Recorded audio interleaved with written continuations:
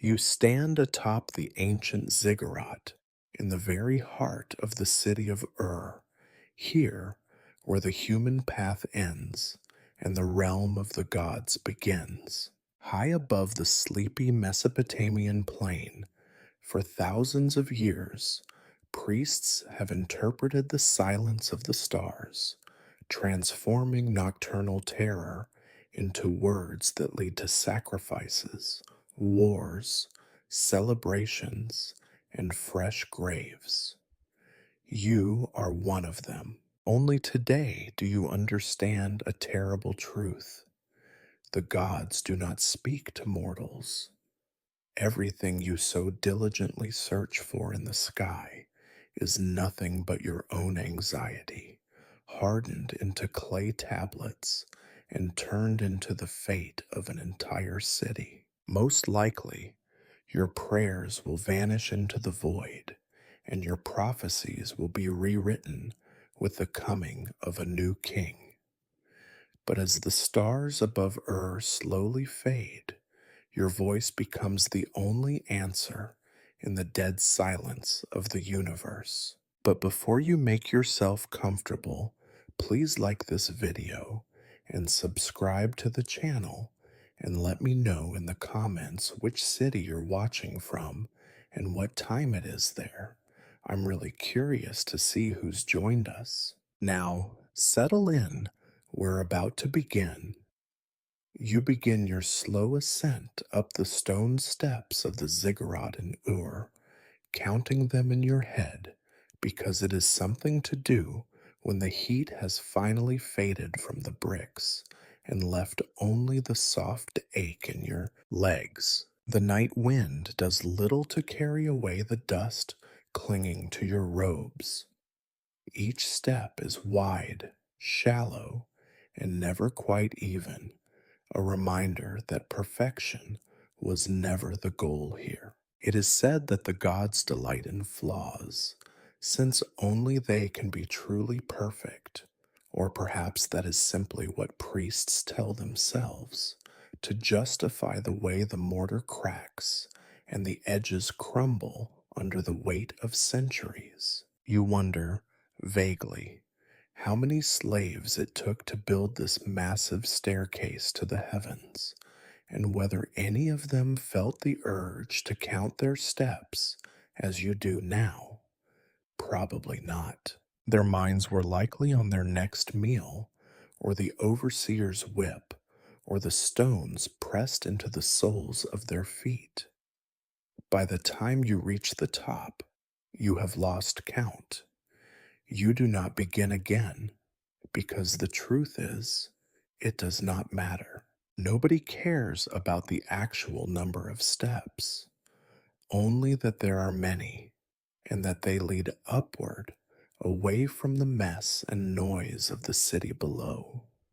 That is the point, after all, to be above. To climb is to leave behind all the things that tie people to the ground, their debts, their diseases, their petty arguments, the way mud cakes between their toes after the river floods. It is why kings build towers, and why priests insist on being seen at the top of them. The higher you are, the closer you must be to the divine, or so everyone has agreed for as long as anyone can remember. Of course, you know this is not strictly true. The gods are capricious, and altitude rarely brings clarity. Still, here you are, clutching your thin woolen cloak tighter against your shoulders, squinting up at a sky already thick with stars. You are supposed to read their patterns, to decipher the messages they carry from the gods who, presumably, have better things to do than write directly to mortals. It is your job to translate their silent language into prophecies, warnings, and the occasional reassurance. The truth, which you do not say aloud, is that nobody knows if the gods are actually speaking through the stars, but everyone acts as if they are, and the city depends on it. You look out over the parapet at sprawling out below you in darkness. Somewhere, an ox bellows. Somewhere else, a baby wails, answered by the weary hushing of its mother. The ziggurat stands at the center of it all, a monument to ambition and fear. The people of want answers, and if you have to walk up 200 uneven steps every night to give them some, then so be it. They must believe there is a reason for everything: the rise of the river, the birth of twins, the untimely death of a merchant, or the failure of barley to grow. All of these are supposedly written in the night sky, in constellations that are at once familiar and impossibly ancient.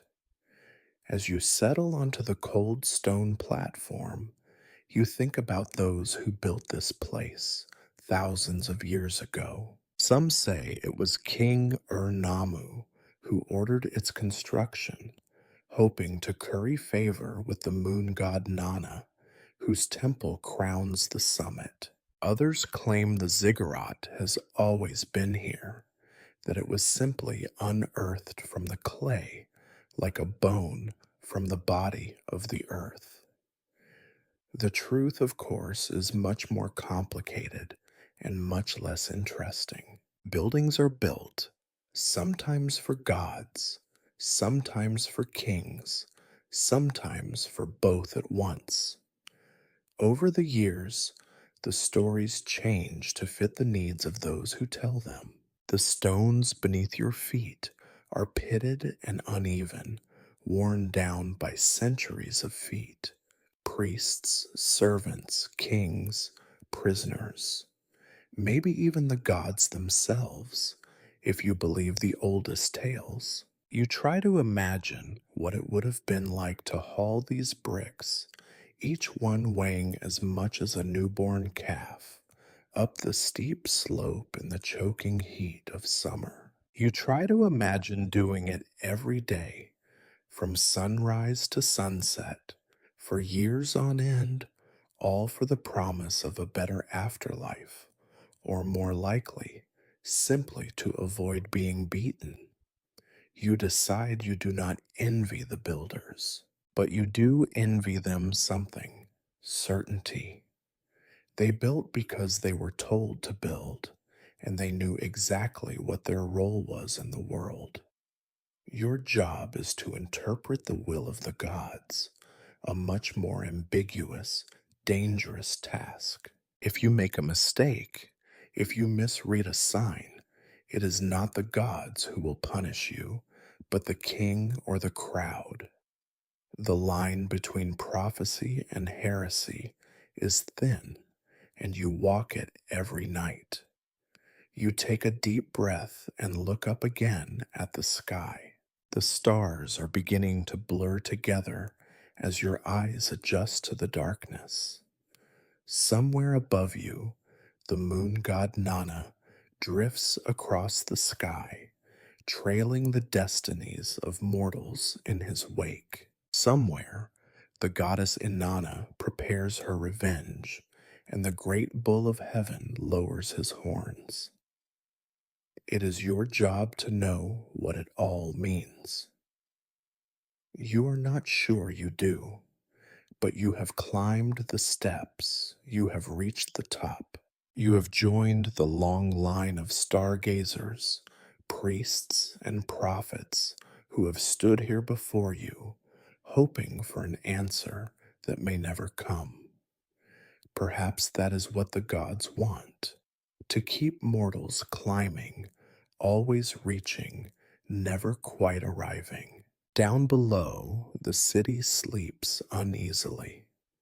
Up here, you begin your vigil, waiting for the night to reveal its secrets. The stars do not care, but you watch them anyway, because that is what is expected of you. And so begins another night on the ziggurat, beneath a sky that is older than any god, any king, or any question you might ask. You settle yourself as comfortably as possible on the highest platform, your back pressed against the rough, uneven bricks that have survived far more than you ever will. The wind is stronger up here. It scours away the last of the day's heat, but it also brings with it a sense of exposure. The people below, the city, the mud brick houses and cluttered streets, all of it feels distant, muffled, as if you are watching from some other world entirely. This is, after all, the point of the ziggurat, to leave behind the concerns of the earth, at least for a few hours, and try to divine something from the immutable sky. Your eyes are drawn upwards, where the stars have emerged, spattered across the darkness in patterns that are as arbitrary as they are ancient. You know their names, or at least the names that your people have given them, passed down from priest to priest, from scribe to apprentice, each generation twisting the meanings just a little bit further away from whatever the original watchers might have intended. You think about how many times the stories behind these constellations have changed. The star cluster that is now known as the Plough was once called the jawbone of the ox, and before that it was the seven guards of the underworld, each name reflecting some different fear or hope, depending on which king sat on the throne and which god happened to be in favor that season. It is oddly comforting, in a way.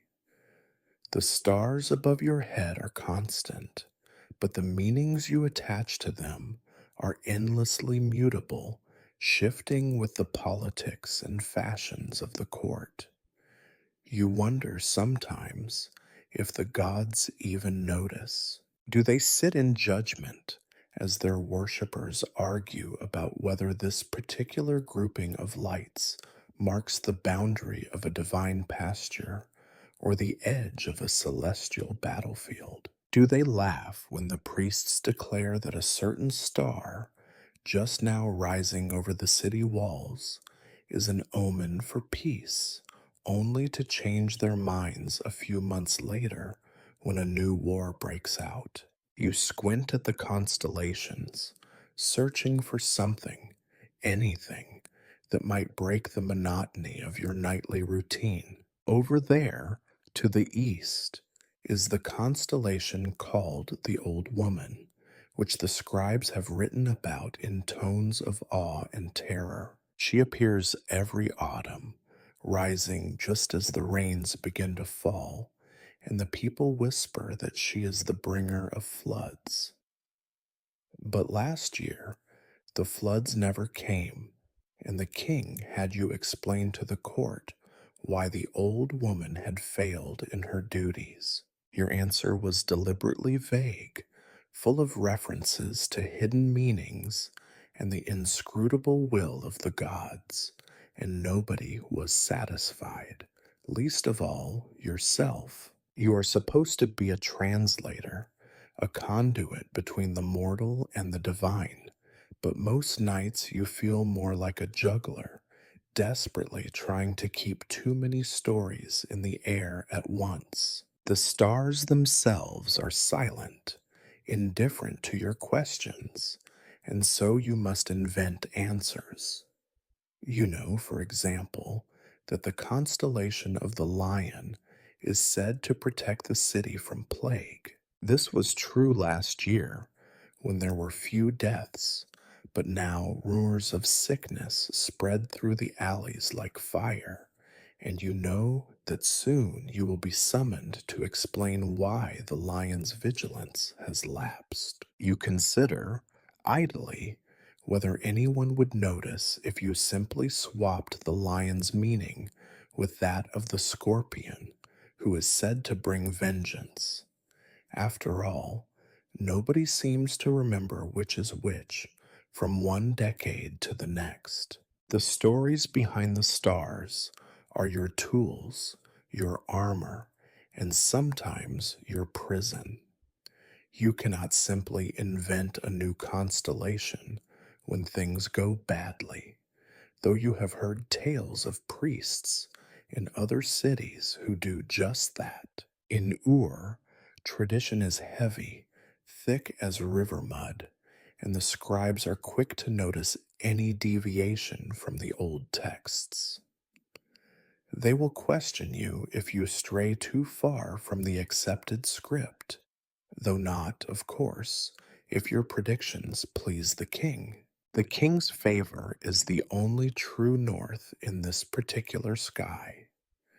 As you sit with your thoughts, the night deepens, and the stars seem to multiply. You are aware that what you are doing is both immensely important and utterly pointless. The fate of the city may depend on your reading of the sky, or it may be decided in some back room over wine and whispered threats. Either way, you are expected to make sense of it all, to create order out of chaos, meaning out of randomness. You cannot help but notice the irony. The constellations above you are old, older than Ur, older than the first brick of this ziggurat. Their stories have outlasted kings and dynasties, outlasted floods and droughts and wars. They will outlast you too, and everyone who tries to explain them. You suspect this is the god's little joke, to give you a sky full of signs and no instructions on how to read them. You lean back, close your eyes, and listen to the wind howl between the stones. For a moment, you allow yourself to imagine that you can hear the gods whispering. But when you open your eyes again, the only voices are those in your own head, reciting the old names and old meanings, as worn and faded as the steps that brought you here. Down below, the city of Ur sleeps on, oblivious to your struggle, content to let you bear the burden of interpretation.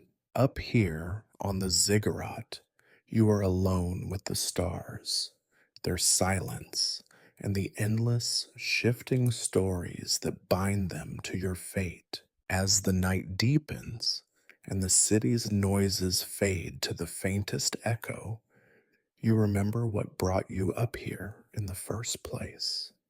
It was never really about the stars, not at the beginning, no. It was about the rituals. The city of Ur has always been hungry for rituals. Rituals for rain, rituals for harvest, rituals to appease the gods so that the rivers would not rise too high or the locusts would not come in their millions. Someone needed to explain the unexplainable, to give shape to fear and hope alike. And what better way than to point upward toward those distant lights and claim they held the answers? You can almost hear the chants of your ancestors in your memory, low, repetitive, heavy with dust and incense. The air thick with the smell of burnt offerings. Not just sweet-smelling herbs or precious wine, but blood.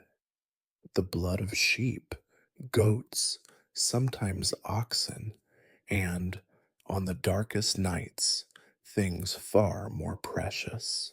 There is a reason you cannot look at certain corners of the platform without remembering those old stains, those shadowy patches in the stone that no amount of scrubbing could ever really erase. It is a strange thing how easily the language of the stars was bound to the language of blood.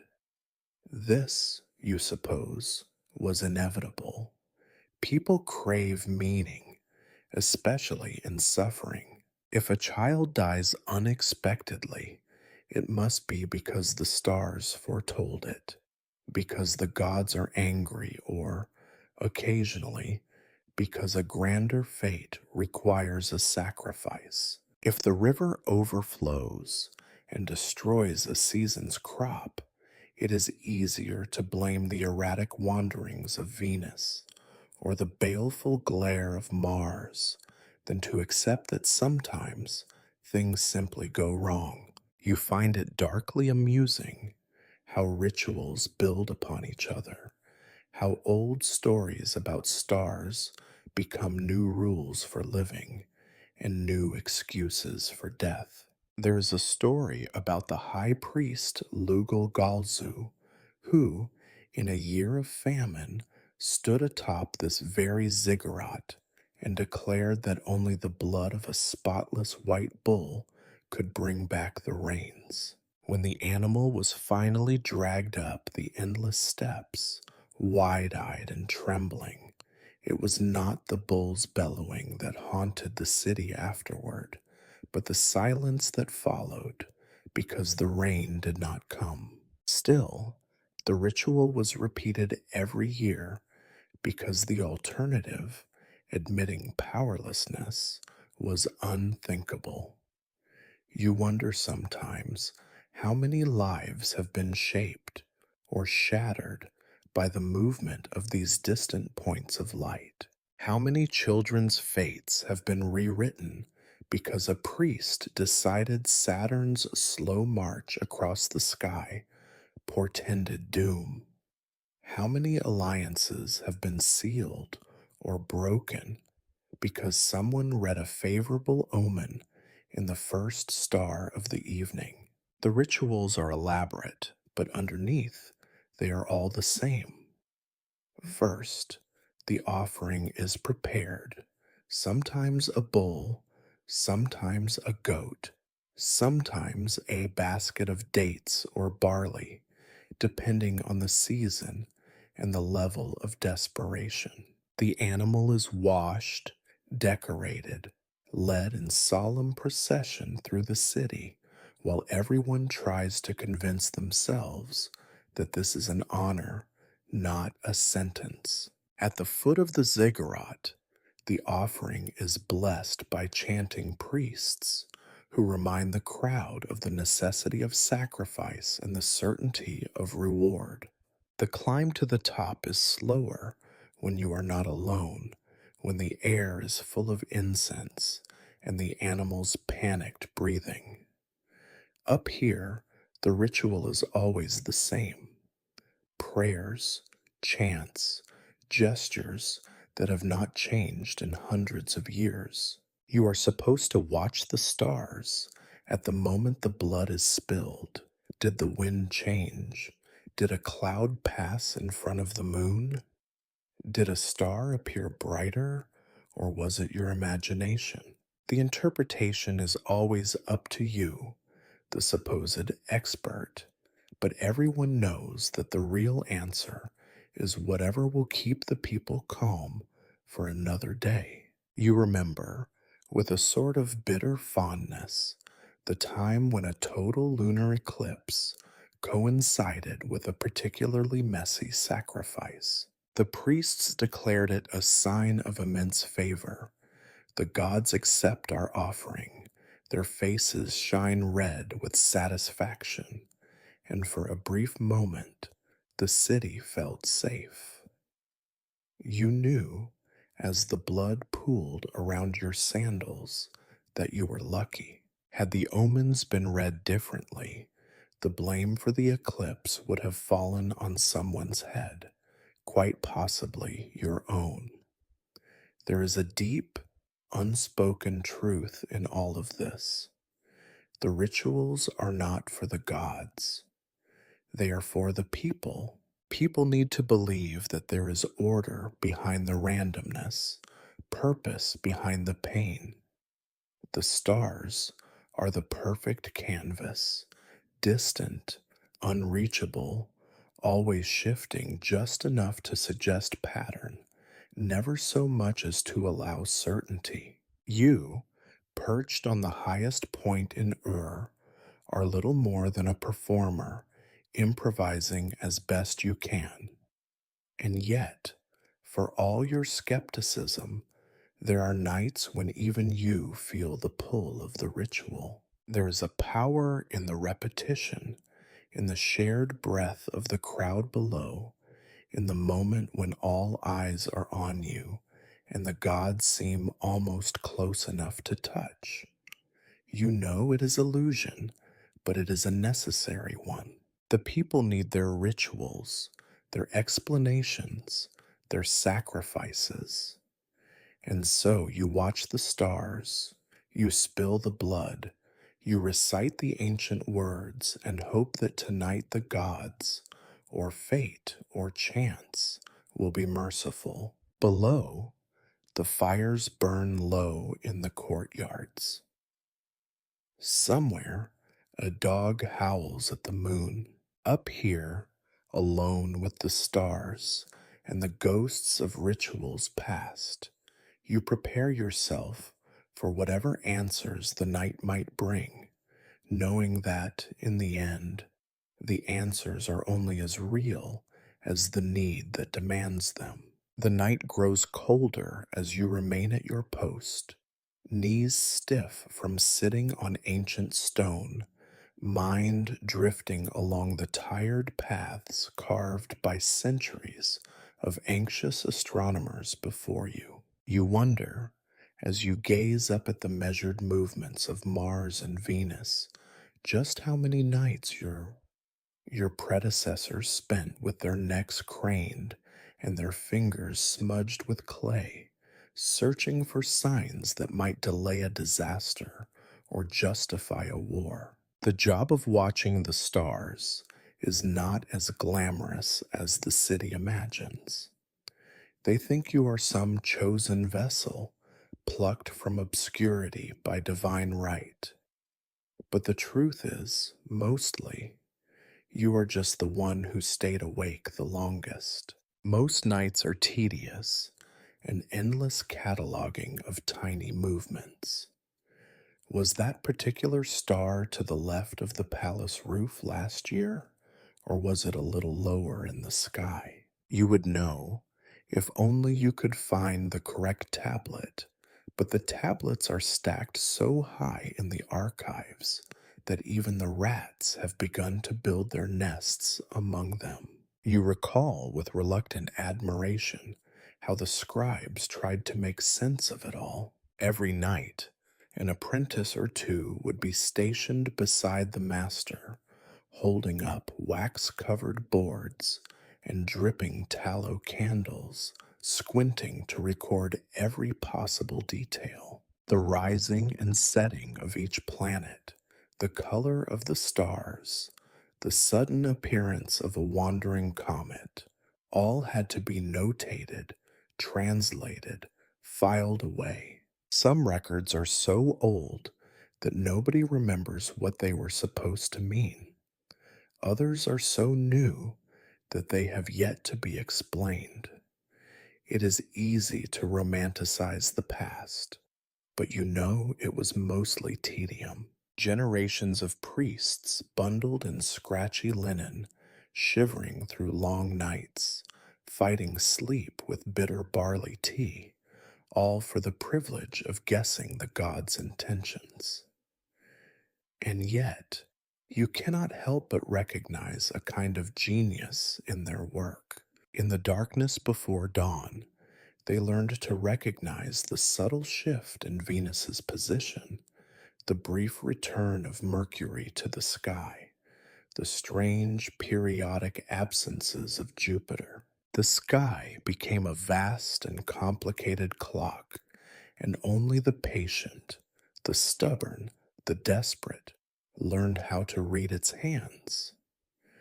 Your mind wanders to the endless calculations performed on bits of clay, the tallying of cycles, the search for patterns. Some priests spent their entire lives waiting for a single rare event, a lunar eclipse, a particularly bright conjunction, a mysterious star that moved against the tide of all the others.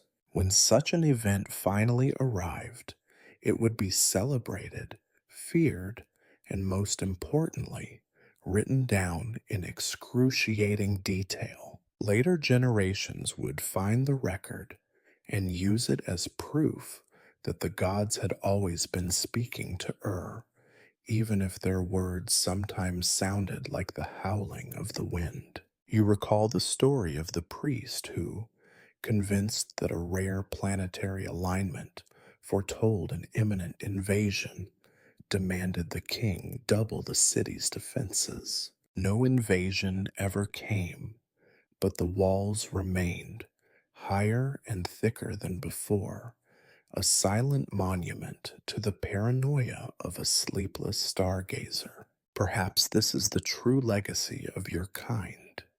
Stone and clay, stories and scars, left behind in the hope that someone someday will find meaning in the things you could only guess. You think, too, of the many times these nightly vigils produced nothing but disappointment. You know the feeling well, the slow sinking of hope as the hours pass and the sky refuses to reveal any new wonders. On such nights, you begin to understand why some priests invented portents where none existed. After all, how do you explain to a king that you have nothing to show for a month of sleepless observation except a collection of smudged tablets and the certainty that the stars do not care? Still, you persist because the city expects it. Every new king demands a new reading of the heavens. Every festival requires a favorable omen, even if you have to squint a little harder to see it. Sometimes you marvel at the collective suspension of disbelief. The entire city gathered below, eyes turned upward, hearts pounding as you point to a constellation and declare its meaning. Nobody asks how many nights you spent in confusion, how many times you considered faking an omen, how often you envied the simple certainty of those who never climbed these steps at all. You are aware, in the quiet between gusts of wind, of just how little has changed. The rituals have grown more elaborate, the stories more ornate, but the core remains the same. A person, alone with the sky, searching for answers that may never come. You imagine future generations repeating your routine, muttering the same complaints, staring at the same ancient stars.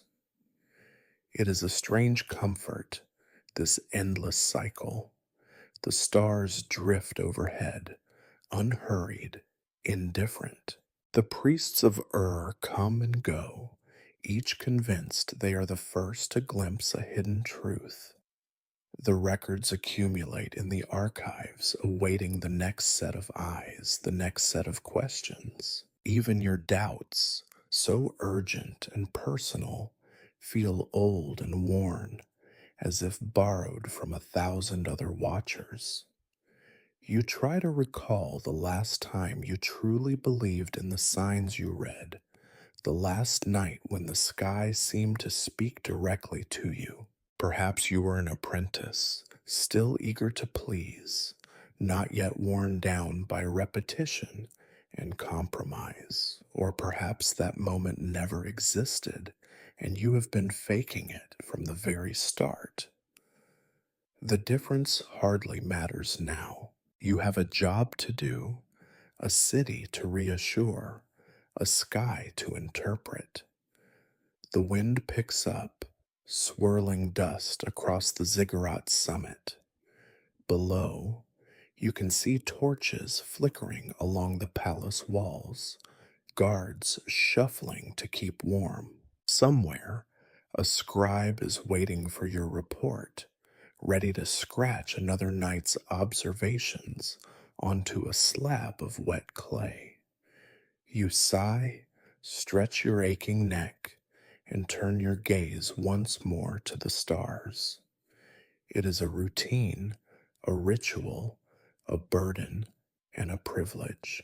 It is also, in its own tedious way, a kind of genius, the stubborn belief that if you stare long enough at the heavens, you might finally make sense of the chaos below. Down below, in the tangle of Ur's dusty streets, the city has long since fallen asleep, at least most of it.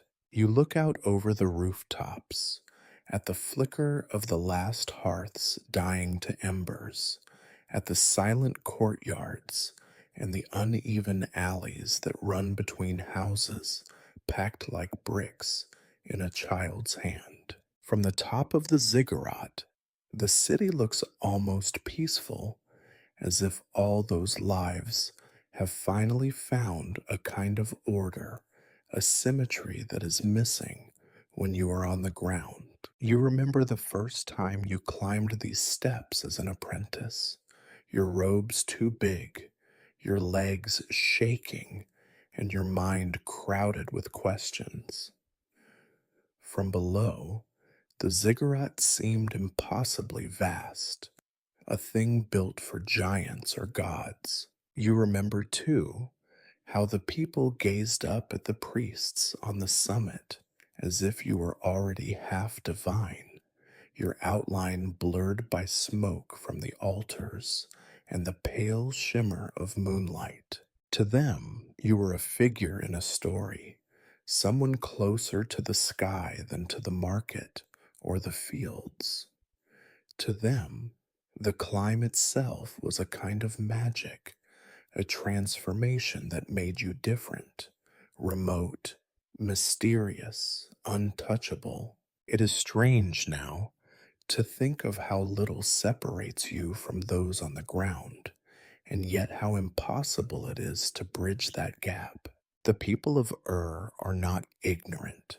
They know about hardship and loss, about the slow rot of illness and the sharp teeth of famine.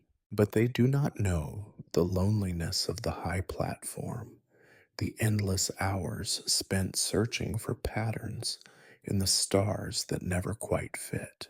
For them, the night sky is both comfort and terror, a place where their fate is decided by forces they cannot see.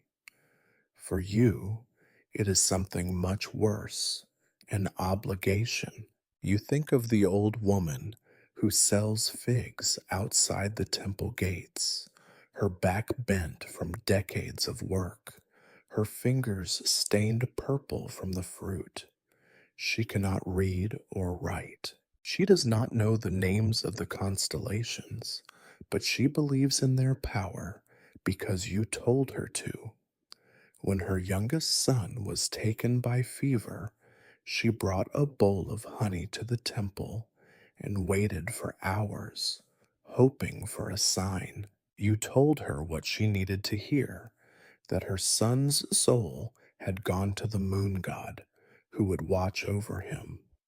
She believed you, or pretended to, and returned to her figs, a little lighter, a little more at peace. You know deep down that the distance between you and the people is not measured in steps or titles, but in the stories you are forced to tell. Every word you speak from this height is heard below as truth, wrapped in the authority of ritual and tradition. You cannot help but wonder what would happen if you spoke plainly, if you admitted how much you do not know, how much you simply invent, in order to keep the city from unraveling. You remember the festivals when the ziggurat becomes a stage and the whole city gathers in its shadow. The king sits in state, surrounded by guards and courtiers, while the priests perform the old rites with practiced solemnity. Smoke rises in twisting columns, carrying prayers to the gods, or so everyone believes.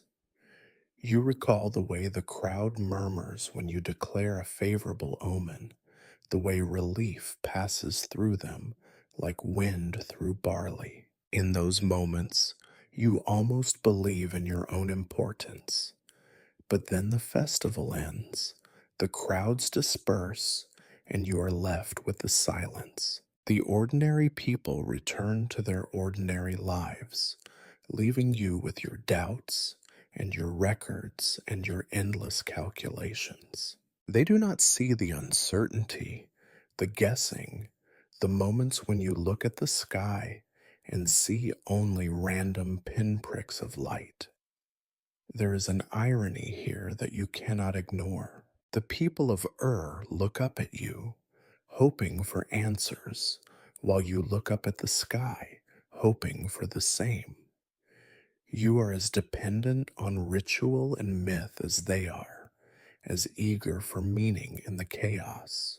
The only difference is that you are expected to provide it, to spin a web of certainty out of nothing but shadow and chance. Sometimes, in the early hours before dawn, you wonder what it would be like to be one of them, someone who never climbs these steps, who never sits in judgment of the stars, who never has to pretend to understand the will of gods that may not exist. Would life be simpler? Would the weight of uncertainty be any lighter? Or would it simply take another shape? You know there is no going back. Once you have stood on the summit, once you have been entrusted with the city's fears and hopes, you cannot return to the world below. You belong to the night, to the silence, to the endless search for meaning where none may exist. Below, the city of dreams fitfully, haunted by the same questions that keep you awake. Will the harvest fail? Will the rivers flood? Will the gods be merciful or cruel? The answers, they believe, are written in the stars, waiting to be read by someone brave or foolish enough to climb high enough to see them. Up here, on the summit, you are neither brave nor foolish. You are simply alone with your doubts, your stories, and your unending vigil under a sky that does not care. Tonight, your eyes linger on a cluster of 7 persistent stars, arrayed in a curve and a line, standing bright and clear above the haze that rises from the river. They do not have the luxury of hiding, even when the rest of the heavens are smudged by the faint glow of distant cooking fires or the occasional torch in the city below. These 7 lights, forever connected in the minds of men, seem to float above earthly worries, aloof and yet essential. In this pattern has as many names as there are stories to tell. Some call it the wagon, others the plow, and some, more fancifully, say it is the jawbone of a mighty ox, eternally gnashing at the edge of the world. For you, it is mostly a reminder that symbols are slippery and that meaning is more a matter of convenience than of cosmic truth. It amuses you, darkly, of course, to know that the same stars will someday be called the Great Bear, and even later become a pointer for ships and wanderers who will never know the smoke and mud of The ordinary people believe the stories because they need to. They say that these 7 stars are a guide, a path through darkness, a promise that one can always find the way home if only the sky is clear. You remember the first time your master showed you how the line of the wagon points toward the pale face of the North Star, the axis of the heavens, around which the night seems to turn. In truth, you found it underwhelming. It was just another star, no brighter or more interesting than the rest, but it became important because someone, long ago, decided it should be. The more you study the sky, the more you realize that the order you impose on the stars is arbitrary. 7 points become a bear, or a wagon, or a jawbone simply because people agree to see them that way. It is a conspiracy of meaning, a group effort to force the universe to tell a story. The city depends on these stories. Children are named after the stars, boundaries are drawn according to their rising and setting, and destinies are mapped in their shifting positions. You remember an older priest, now long dead, who used to say that the stars are like grains of barley scattered on the threshing floor. If you stare long enough, you can see of any pattern you want: a lion, a scorpion, a plowman chasing a fleeing maiden. The meaning is in the eye, not in the heavens.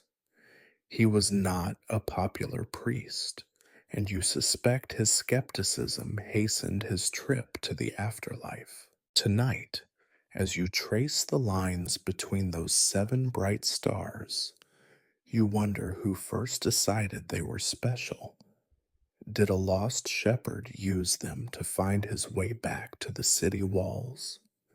Did a queen, exiled and desperate, pray to them for guidance? Or was it simply a scribe, tired of copying the same old lists, who connected the dots out of boredom and told everyone else it was a divine revelation? No one can say for certain. What you do know is that the stars' supposed power grows in times of uncertainty. Whenever the city faces danger, flood, drought, war, someone points to the wagon in the sky and declares that its position is a sign. If the handle tilts upward, it means good fortune. If it dips toward the horizon, disaster.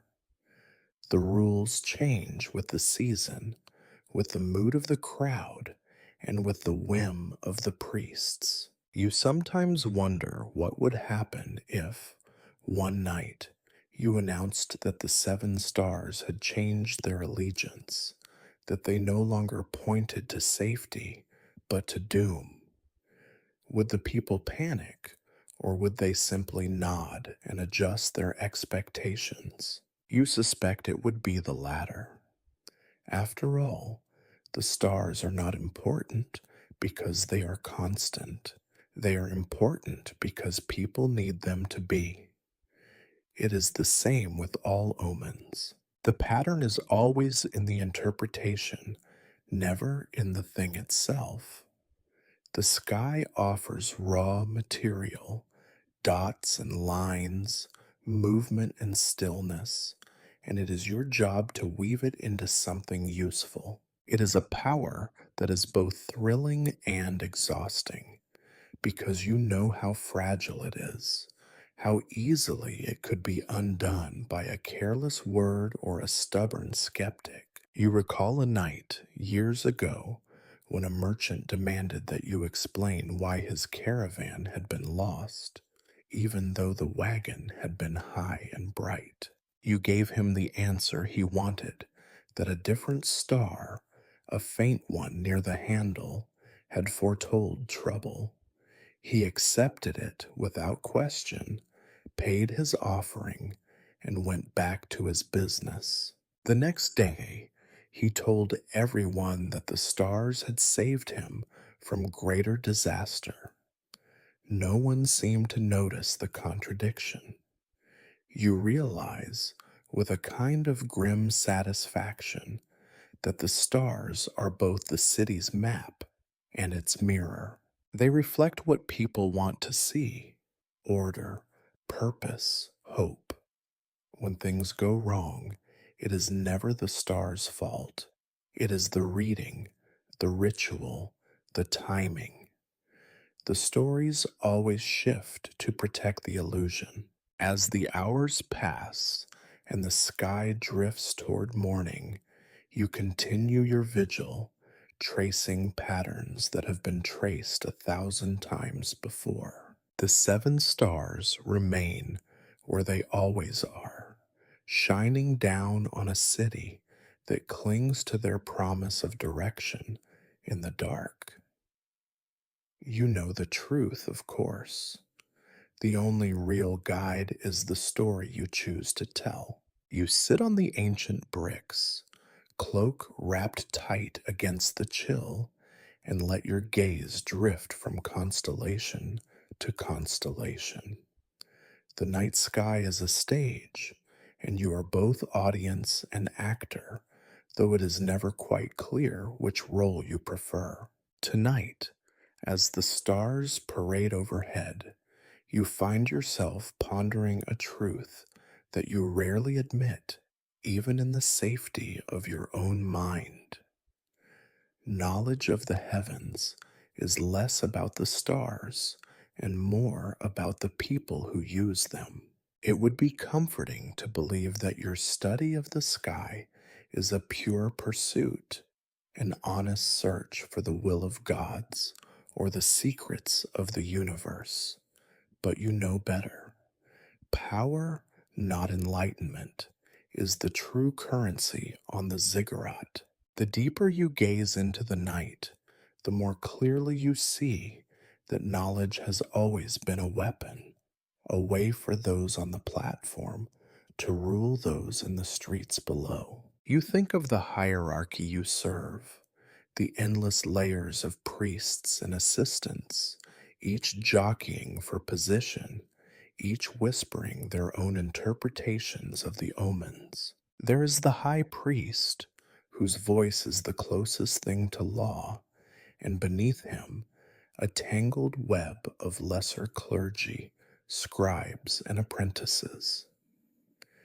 Each night, dozens of eyes watch the sky, but only a handful of mouths are allowed to declare what they see.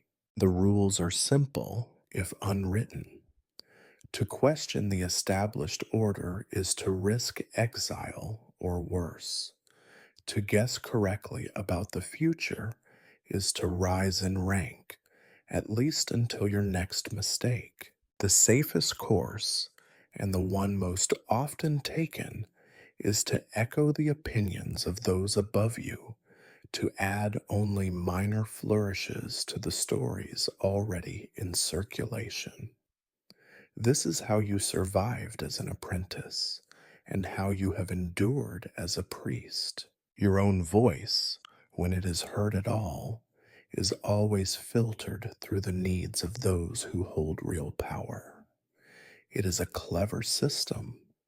The more confusing and mysterious the rituals become, the more indispensable the priests appear. The people may not understand why a lunar eclipse foretells disaster, or why a wandering comet demands an extra offering, but they know better than to question the explanation. The less they know, the more they trust, and trust is the most valuable commodity in Ur.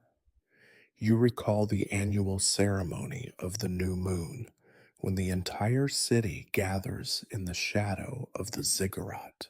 The high priest reads from a tablet so old that even the gods would struggle to make sense of it. The crowd listens in reverent silence as he describes the meaning of the stars, carefully weaving the omens to match the king's ambitions for the coming year.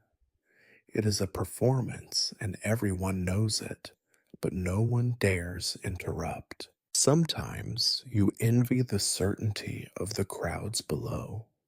They are free to believe without understanding, to accept whatever story is offered as long as it keeps them safe for another season. Up here, knowledge is a burden, and power is a double edged sword.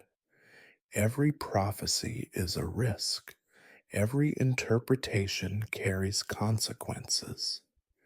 You have seen priests fall from favor overnight, cast out for a single error or an ill timed truth. You have also seen how chaos can be useful. When the omens are ambiguous, when the stars refuse to cooperate, there is room for maneuvering. A clever priest can sow just enough uncertainty to strengthen his own position, hinting at hidden dangers or secret blessings, depending on who needs reassurance and who needs to be reminded of their place. It is, you must admit, a kind of art.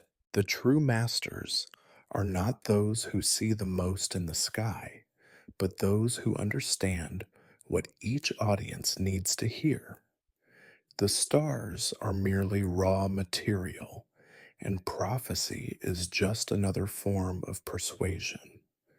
The rest is smoke, mirrors, and tradition. Of course, even the most skilled performers must answer to the king. No priest is ever truly free. The king listens to the omens, but he also watches the crowd, weighing the balance of hope and fear, deciding when to punish and when to reward. When the stars offer an inconvenient answer, it is your job to find a new meaning, one that fits the moment, one that keeps the palace quiet and the city in line. Sometimes you wonder if the gods ever tire of this endless dance. Do they laugh at your attempts to control the chaos, or do they simply watch in silence, content to let mortals fight over scraps of wisdom?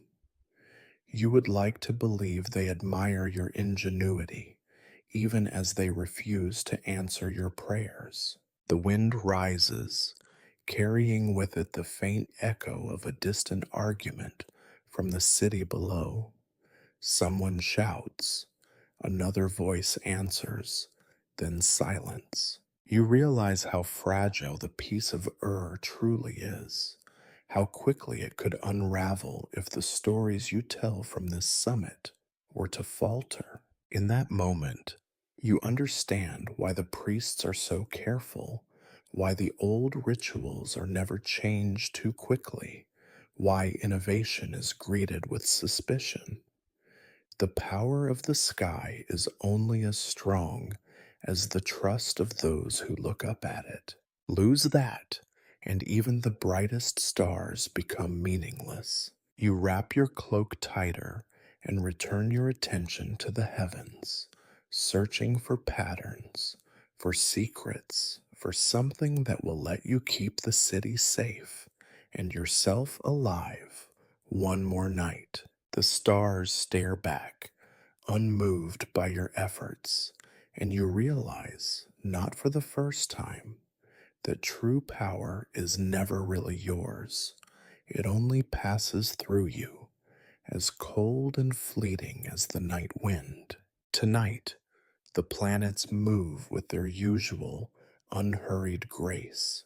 Mars, ruddy and sharp on the horizon, Venus, gleaming with an insolence no star can match, Saturn, faint and ponderous, requiring patience and perfect vision. You watch them as your predecessors did, recording their journeys, measuring the slow, looping paths against the familiar constellations. This is the part of your duty that can almost seem honest. Mapping, counting, tracking what repeats and what surprises.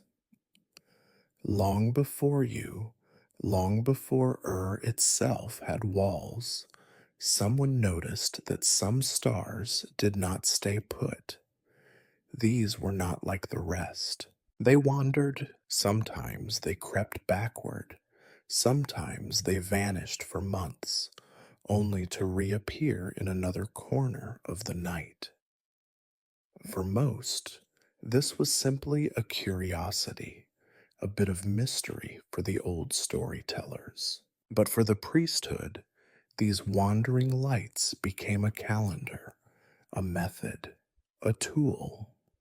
It is, you think, both genius and madness. The cycles of Venus, the way she disappears, returns, burns bright, then fades, became the city's clock. Festivals are planned around her phases. The timing of wars and the signing of treaties, supposedly decided by the gods, often align with the risings and settings you calculate on this very roof. Each planet earns a story.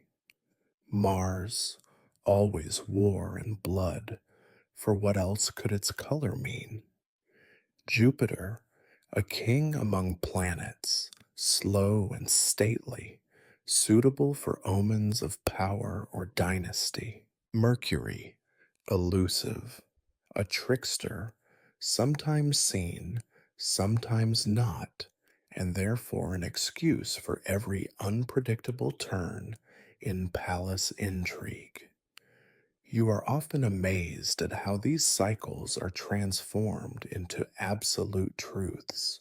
When Mars approaches the zenith, the city's captains gather in secret to discuss the possibility of raids on neighboring villages. When Venus rises as the morning star, the temple's matrons declare it a sign of fertility, and suddenly half the city is blessed or cursed with new unions. Saturn lingers at the edge of the sky, and old men mutter that the season will be long and bitter, because slow planets always bring slow suffering.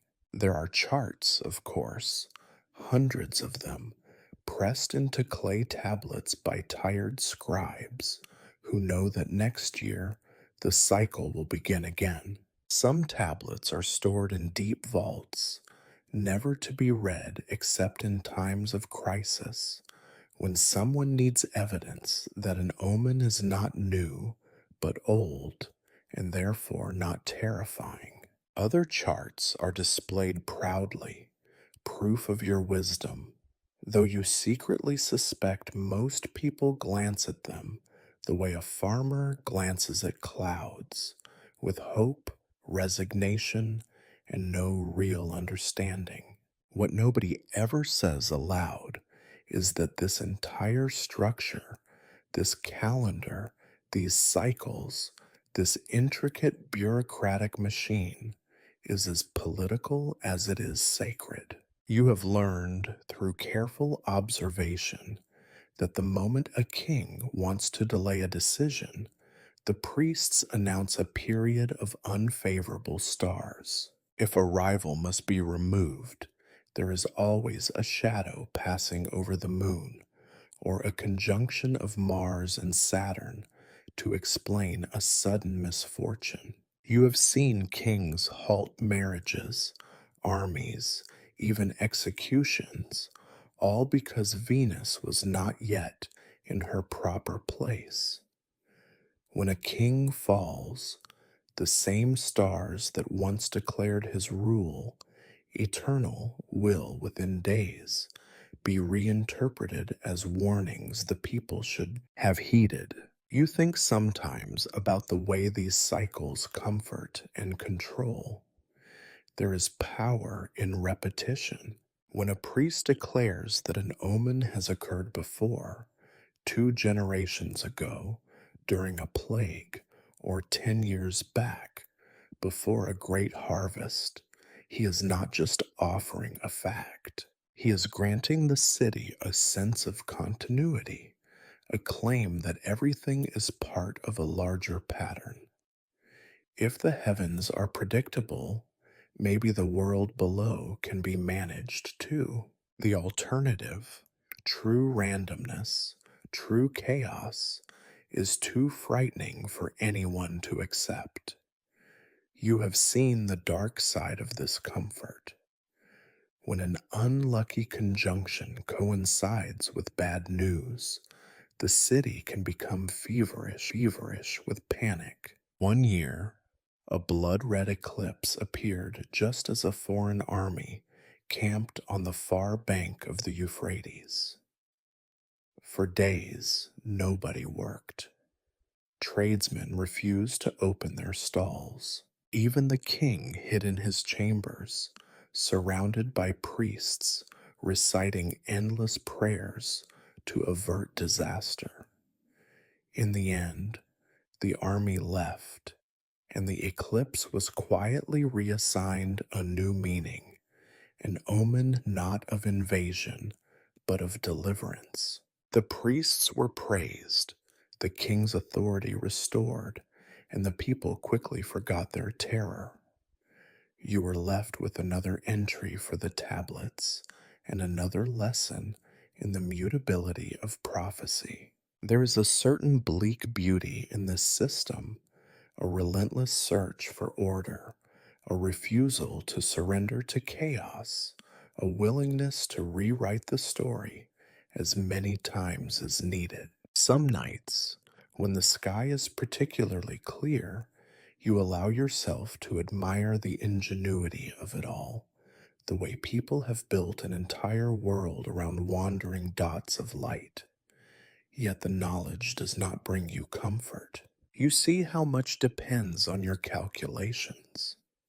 When the fields will be planted, when sacrifices are made, when the king chooses to march to war. A single misreading, an error in the cycle of Venus, a mistaken omen from Mars, can unravel alliances, destroy lives, plunge the city into fear or violence.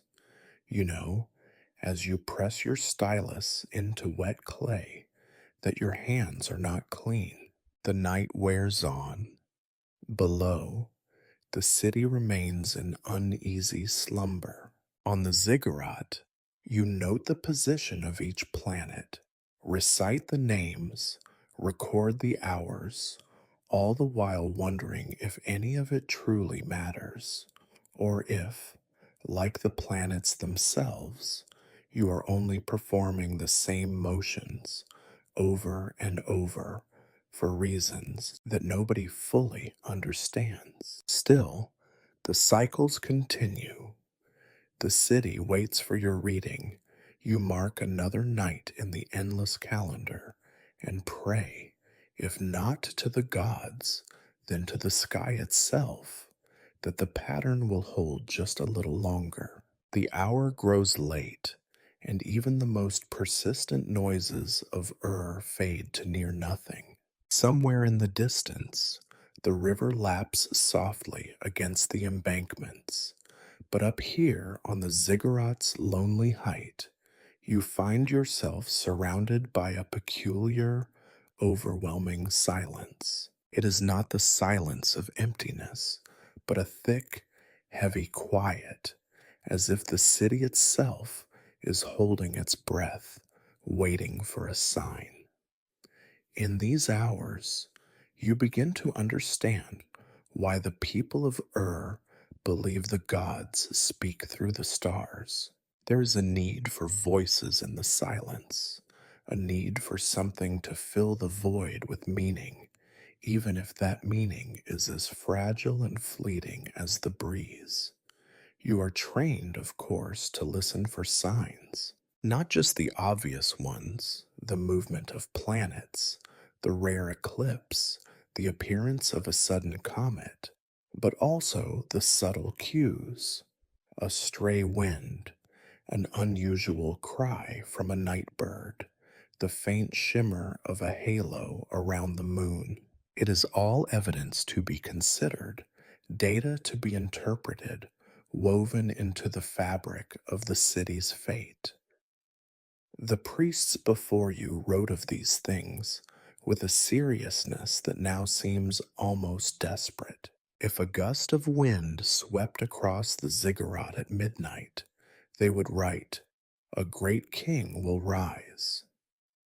If a dog barked at an inauspicious hour, it was a sign that a plague was coming. The world was alive with omens because it had to be.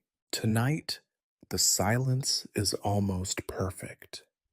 You can hear only your own breath and, occasionally, the flutter of an owl's wings as it ghosts across the temple's shadow. You close your eyes and imagine, for a moment, that you can sense the presence of the gods, a distant murmur, a wordless whisper carried by the wind.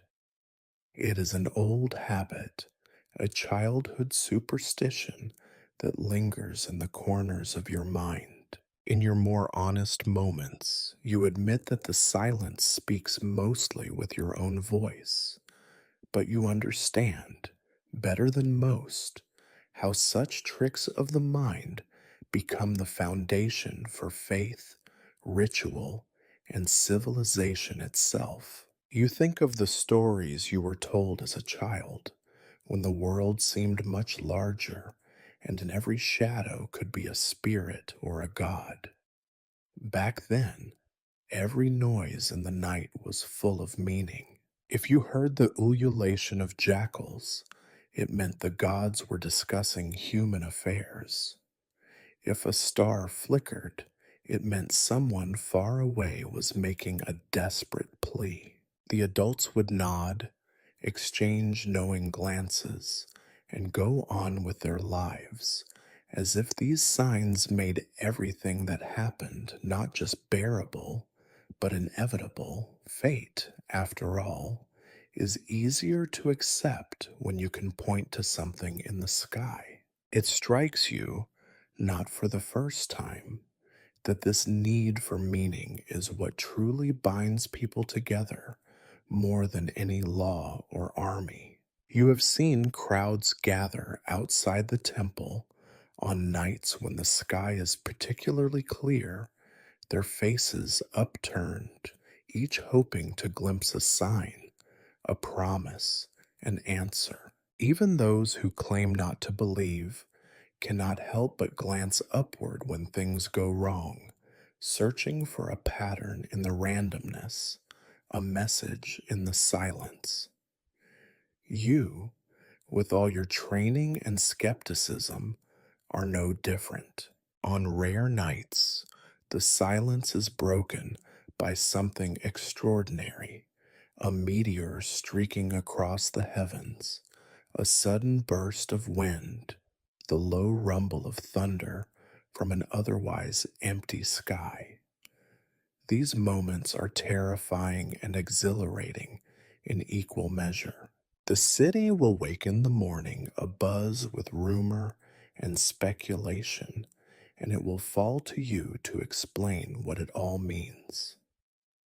You know that your answer will become the new truth, the latest addition to a long line of interpretations.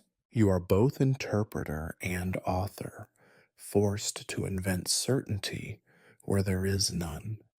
But most nights, like this one, are filled with nothing but waiting. The silence grows thick, and you fill it as best you can with memory, speculation, and quiet fear.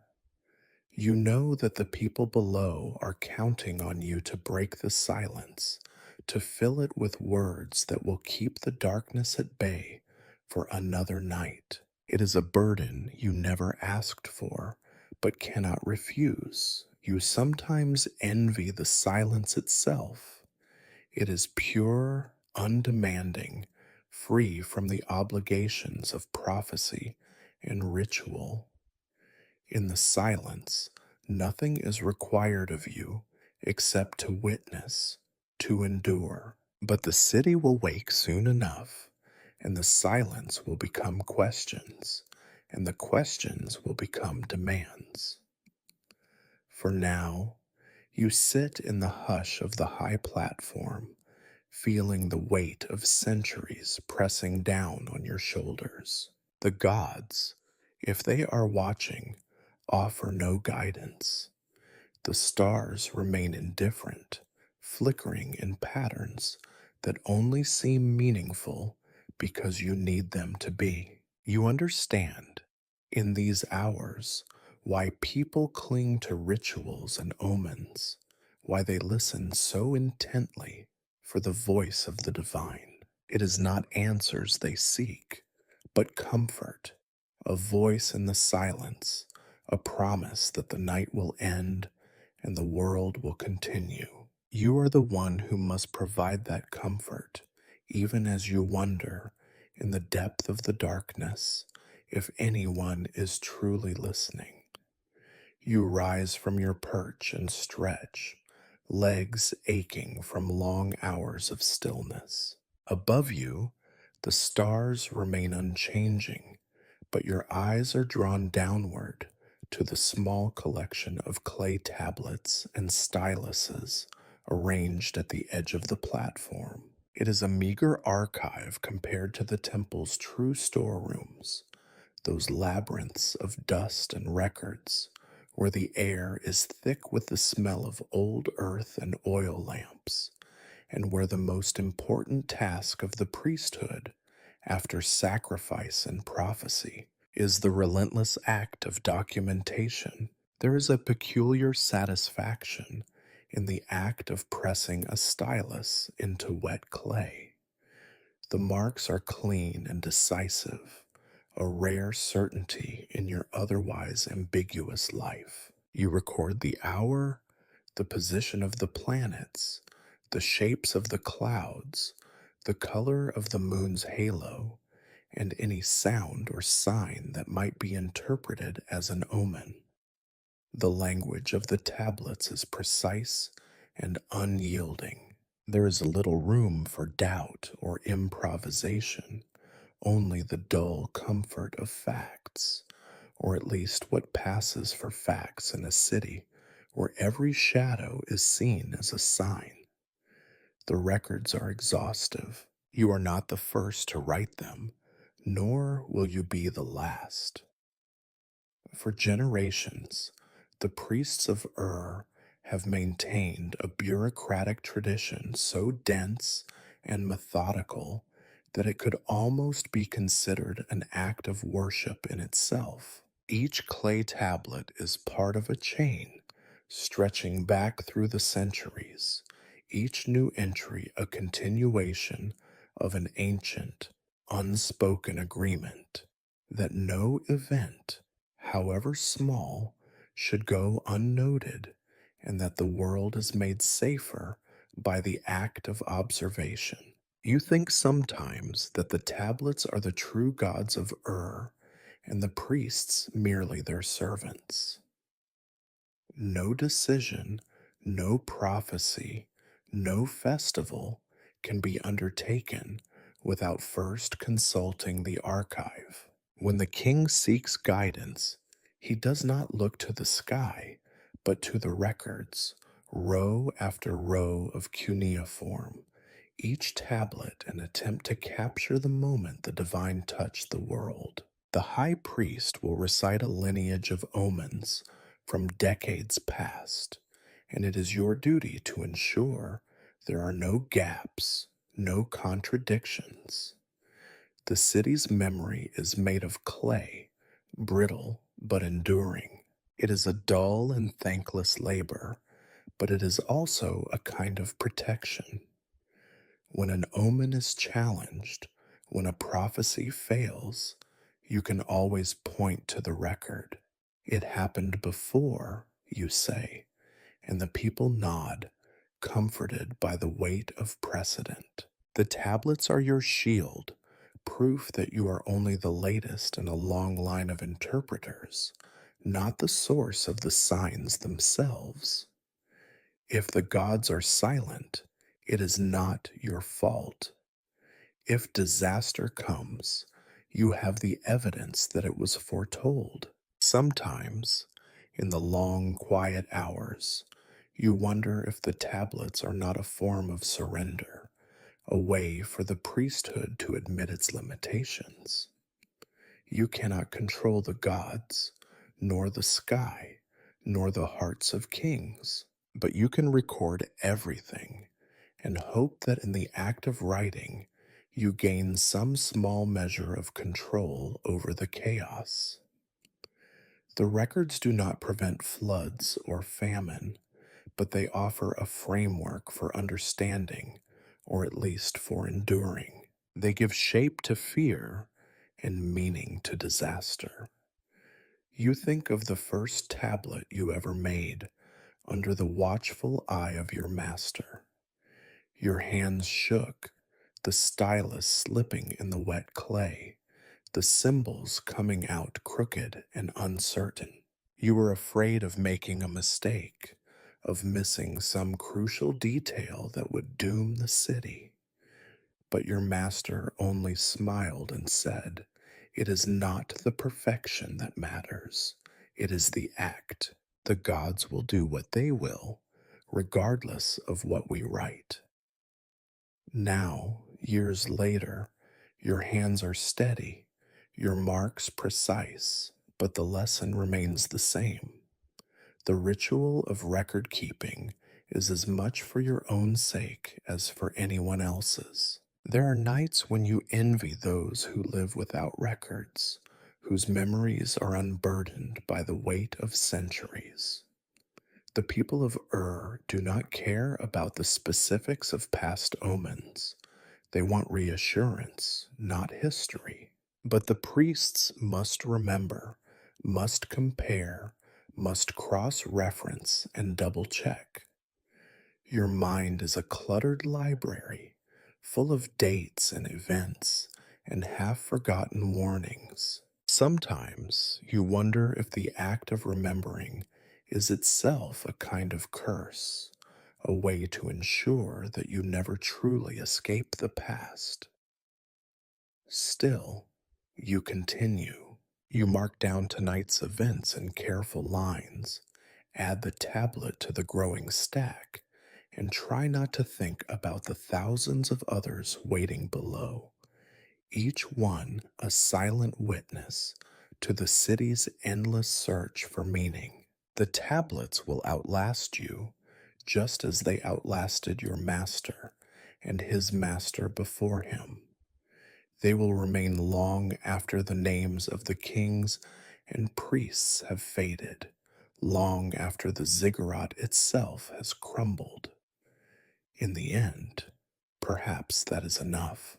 The act of writing is its own kind of prophecy, a declaration that the world can be understood, if not controlled, and that each moment, however fleeting, is worth preserving. As you set down your stylus and gaze once more at the sky, you wonder if the gods ever read your records, or if they are content to let you fill the silence with your own endless words. Either way, the city sleeps a little easier, knowing that every sign, every omen, every silence has been recorded, and you, perched on the summit, continue your lonely work, one clay tablet at a time. Tonight, as you rest your tired arms from the weight of yet another clay tablet, your mind drifts to the great circle, the zodiac of the Sumerians, that vast, imaginary belt stretching around the heavens, where the gods have supposedly left a roadmap for mortals who dare to read it. The zodiac is more than a collection of constellations. It is a sprawling bureaucracy of symbols, animals, and mythical figures, all fighting for relevance in a world that rarely obeys the logic of the stars. You trace the familiar signs in your memory: the lion, the scorpion, the goatfish, the plow. Each has its story, its festival, its rules for interpretation. Yet even these ancient symbols are not immune to change. Over the years, you have watched as meanings shift, sometimes subtly, sometimes with all the subtlety of a flood. A star once believed to promise peace might, with the birth of a new dynasty, become a herald of conquest. An unlucky sign can be rehabilitated if the right marriage or treaty comes along. It is a silent contest, the symbols competing for a place in the hearts of kings and priests alike. You find yourself amused in a tired sort of way by the gap between the charts and the world they supposedly describe. The scribes argue endlessly over which star marks the beginning of the year, and every decade, some ambitious priest proposes a new alignment, hoping to leave his mark on the archives. Meanwhile, the city continues its routines, more interested in the price of barley than in the shifting fortunes of the goatfish.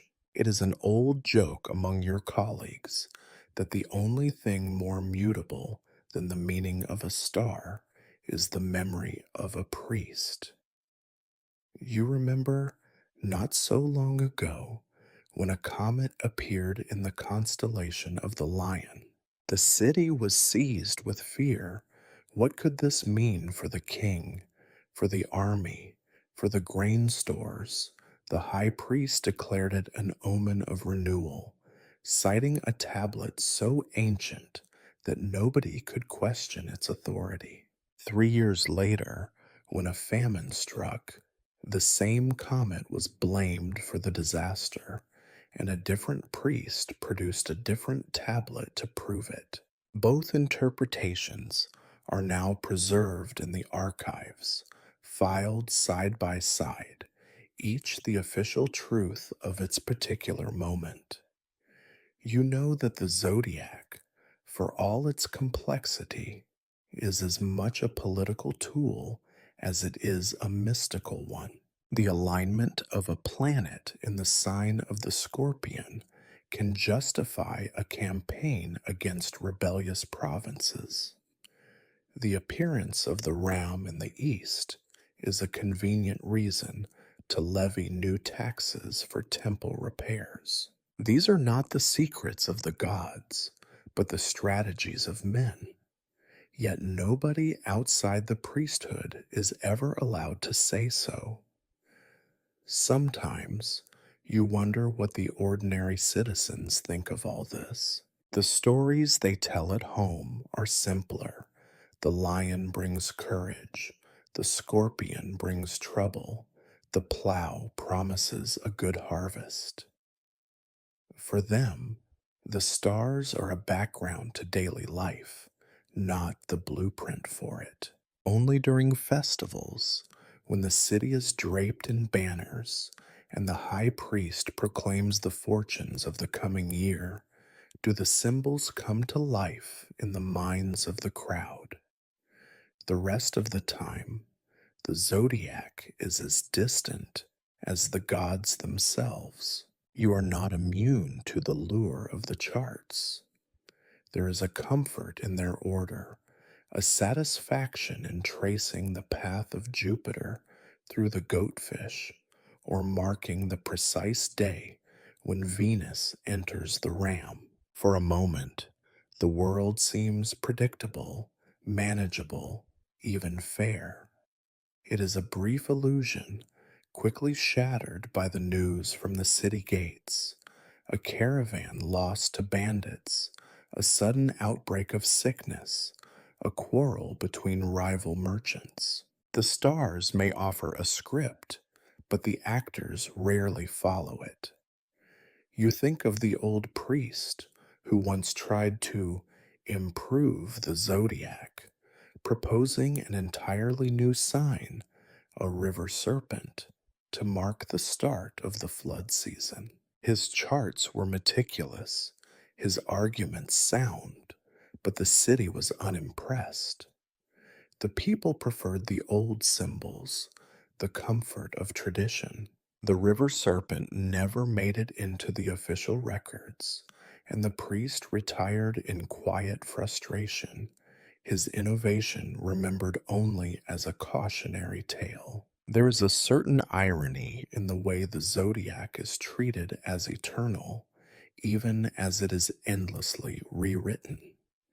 You recall nights spent poring over broken tablets, trying to reconstruct the meaning of a symbol nobody has used in generations. Sometimes you suspect that half of your work as a priest is not to reveal new truths, but to disguise how much has already been forgotten. The constellations shine overhead, unmoved by your debates and revisions.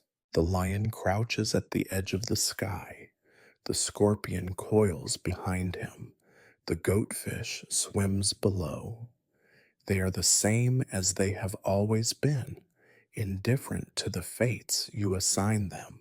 You wonder, not for the first time, if the gods watch your efforts with amusement or with pity.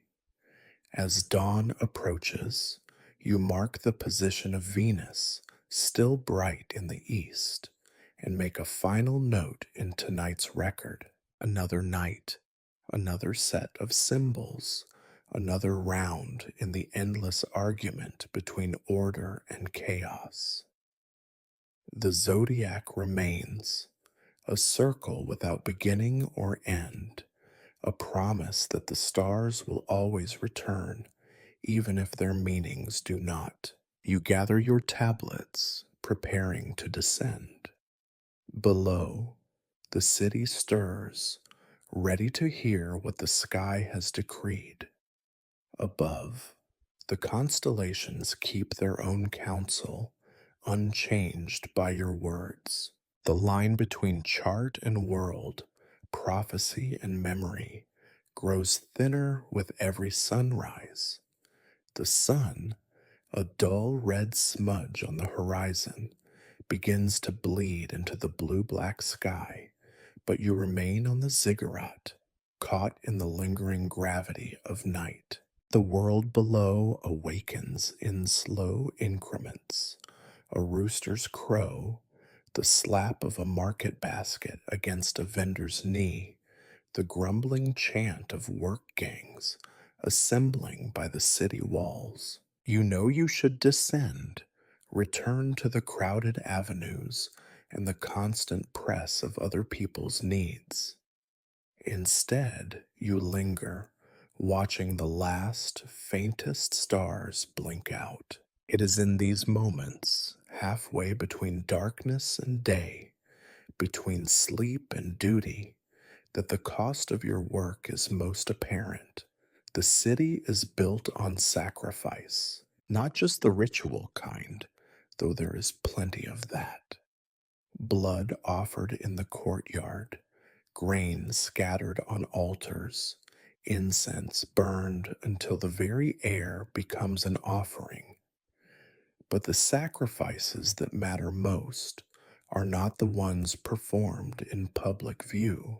They are the private, persistent gifts the city takes from its own people, years spent in service, health traded for duty, lives surrendered for the promise of stability. You remember, with an ache deeper than weariness, the faces of those who have been spent in the name of order. There are the laborers, their backs warped from carrying bricks up the winding ramp, who die before their 40th summer, and the young boys sent to serve in the temple, their own ambitions crushed under the weight of tradition.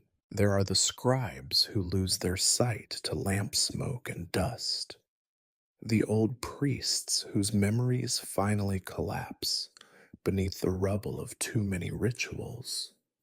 You see, too, the sacrifices made by those chosen to interpret the stars. It is not just your own sleepless nights, though they accumulate like sand in your sandals, slow and abrasive. It is the solitude, the slow erosion of certainty, the gradual realization that every word you speak becomes a stone in the foundation of a city built on hope and fear. You think of the apprentice who once confided in you, voice trembling, that he no longer believed in the gods, only in the power of ritual and the necessity of giving people something to hold on to.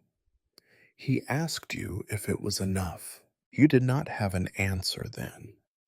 You are not sure you do now. It is the children who feel the city's hunger most acutely. You remember the ceremonies for the birth of twins, always an omen, always a crisis. The crowd would press in, anxious to know whether the gods meant blessing or disaster, and a priest, perhaps you, would read the stars and declare the verdict. If the omens were dark, the price could be high. There are stories everyone knows but nobody tells aloud, of children sent to the river, or of families who vanished after an unlucky birth. The city never forgets its debts or its need for balance. And then there is the sacrifice of the self, the slow withering of private hopes in the shadow of public responsibility.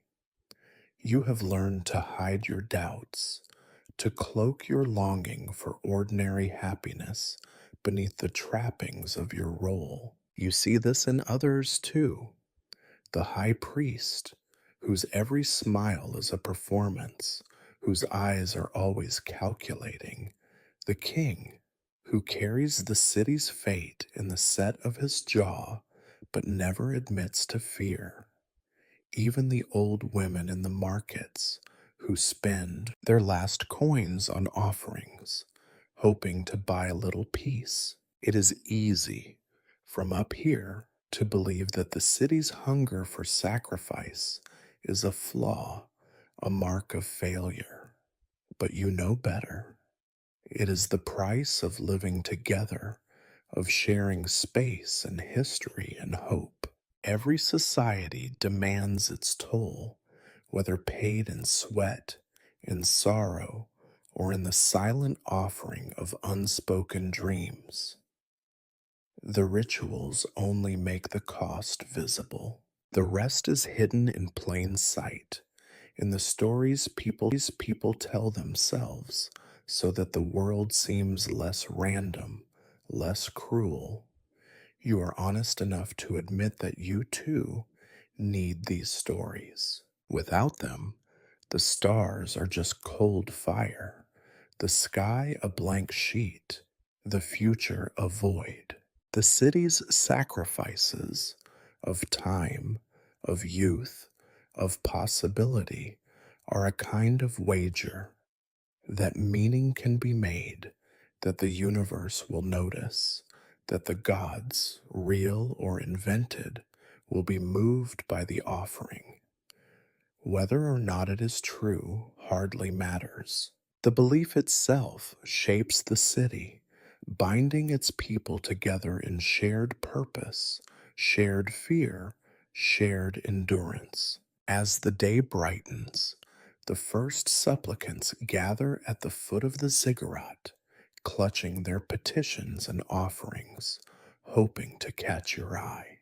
You recognize a few, a widow seeking a sign for her lost husband, a trader wanting an auspicious day for his next caravan, a boy, wide eyed, staring at you as if you might answer every question he will ever have. You take a breath, gather your dignity around you, and begin the slow descent. You know the pattern by now. The people will bring their hopes, their grief, their sacrifices. You will translate them into the language of the stars, give them back in the form of stories and rituals. The exchange is never fair, but it is all the city has. You glance up one last time at the fading stars and wonder what they would say if they could speak for themselves. Would they mourn the cost of meaning, or would they simply shine, indifferent to the price paid below? Either way, your place is here, on the boundary between sky and earth, sacrifice and comfort, silence and story. It is not an easy place, but it is yours. As day seeps into the courtyards and the priests below begin their ritual sweepings and arrangements, you retreat to the half dark sanctuary where the oldest records are kept. It is always cool here, the air dense with the scent of earth and ink, the walls thick enough to muffle the sounds of the waking city. You linger among the shelves, running your fingers along the edges of ancient tablets, thinking about the endless labor of those who tried, long before you, to coax order out of the sky's relentless chaos. It is a kind of madness, this compulsion to record and predict. Even in the earliest days, the Sumerian priests were not content with merely watching the heavens. They wanted rules, patterns, reasons. If the moon vanished into the shadow of the earth, what did it mean? Was the city doomed? Was a king's reign about to end? Would the river rise too high or fail to rise at all? These questions haunted the sleepless, drove the anxious to keep nightly vigils, and filled the hands of generations with styluses and clay. You study the oldest eclipse tables, each line a monument to hope and anxiety. Each record is methodical, the date, the time, the shape of the shadow, the brightness of the stars during totality, even the behavior of animals. Did the dogs howl? Did the roosters crow? You can almost hear the urgency in the cramped cuneiform script. Something must be learned, or at least noted, so that next time the disaster might be predicted or blamed on the proper god. Over time, the tablets accumulate their own logic. When a lunar eclipse occurs close to the spring planting, it becomes a sign that the gods are displeased with the barley. When an eclipse coincides with the king's birthday, it portends unrest or war, or sometimes, if the priests are clever enough, a necessary ritual of renewal that lets everyone save face. You know from the marginal notes how much interpretation was required and how easily each generation rewrote the rules to suit the needs of the present. Still, there is a desperate genius in these efforts. Some of your predecessors spent entire lifetimes measuring intervals between eclipses, noting the return of similar patterns every 18 or 19 years. One ambitious priest marked the passage of Venus, tying its cycles to plague and prosperity alike. You find his careful scratchings, little stars, and tiny notations at the edge of a cracked tablet, and you feel a kinship with his restless hope. He must have believed, as you sometimes do, that if enough data were gathered, if enough lines were drawn, the secrets of the gods would finally reveal themselves. Yet the universe, you have learned, is not so easily tamed. For every rule written, there are exceptions. For every prediction, a surprise. When a comet appeared out of nowhere one spring, the archives nearly burst with explanations. Some called it a dragon's tail, others the anger of Inanna, others still the laughter of trickster gods. The best any priest could do was to write it down, to try to fit the anomaly into the framework of what came before. Order, even if it was only an illusion, had to be preserved. You reflect on the slow evolution of these omens, how one generation's disaster can become the next's blessing. If a lunar eclipse once spelled doom for a harvest, the next time it might signal a time to store grain, a warning turned into foresight. The priests would nod solemnly, pretending this was always known, and the city would accept it, because what choice did it have? The story is always the same, meaning carved into clay, fate bent to fit the latest crisis. Sometimes you imagine the first priest who ever tried to explain an eclipse to the king. You picture his nervous face in the wavering torchlight, the king's hard eyes watching, the whole temple holding its breath. Did he invent the explanation on the spot, or did he draw on older tales, reshaping them for a new age? Either way, his words would become law, inscribed in clay, unchangeable until they were quietly revised by a successor. It is tempting to laugh at the hubris of your predecessors, the idea that the universe can be predicted, that the gods can be mapped like irrigation ditches. But you also feel a strange respect for their perseverance. It is no small thing to stare into the void and refuse to blink. Each eclipse, each planet's wandering, each unexpected sign is another puzzle, another chance to impose order where none exists. You are part of this lineage, bound by both duty and doubt. Your own predictions are carefully hedged, your tables filled with cross references and cautious disclaimers. The city expects certainty, but you know better. Each time you press a stylus to clay, you feel the weight of all those who came before you, who tried and failed and tried again. Their work did not save them from error, nor from blame, but it endures, a monument to the hunger for meaning that will outlast even the gods. The air in the archives is heavy, thick with dust and memory.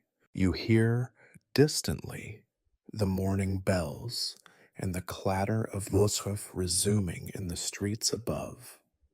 Soon you will have to leave, to answer questions, to deliver the latest interpretation of the sky's cold logic. For now you allow yourself a moment of quiet among the old omens, the silent witnesses to 1,000 nights of uncertainty.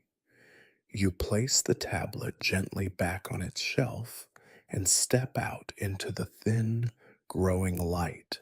The world is no less mysterious than it was for your predecessors, but you, like them, will face it with your catalog of doubts and predictions, your fragile shield of patterns and prophecy. And so, the work continues. Another eclipse, another omen, another hopeful, desperate attempt to shape the future out of the darkness. You emerge from the archives into the harsh, white glare of early sun, blinking against the sudden brightness, shoulders still heavy with the gloom of centuries-old prophecy. There is comfort, you suppose, in knowing that the sky above you is unchanged. The same constellations drift toward the horizon. The same planets linger in their slow courses. 1,000 generations have watched these patterns and found meaning. 1,000 generations have also watched their rulers struggle for control, rise, and inevitably fall. It is a truth so old and obvious that no one bothers to say it aloud. The sky moves slowly, but power changes even more slowly. Kings come and go, but their shadows linger, their decrees etched into the city's bones, their names recorded in rows on the temple walls, each believing their rule will last as long as the stars themselves. You have lost count of how many times you have watched a new king approach the ziggurat, cloak heavy with gold thread, eyes searching for an omen to confirm what his armies and counselors have already decided. You remember, with a wry smile, how each new regime seeks to align itself with the heavens. The old king, now a shade among the ancestors, once called the appearance of a new comet the sign of his divine right. When he died, the comet was reinterpreted, now a warning, now a judgment, now a cause for ritual lamentations. The new king claims the same stars, but the omens have been adjusted. Last year's prophecy is quietly buried under a pile of new tablets, the ink barely dry. The process is almost bureaucratic, out with the old, in with the slightly rewritten new. You think about how, from the ground, all of this must seem so mysterious. Each change of power accompanied by a change in ritual, each ritual justified by the timeless sky. But you, with your nights spent staring at the slow creep of constellations, know better.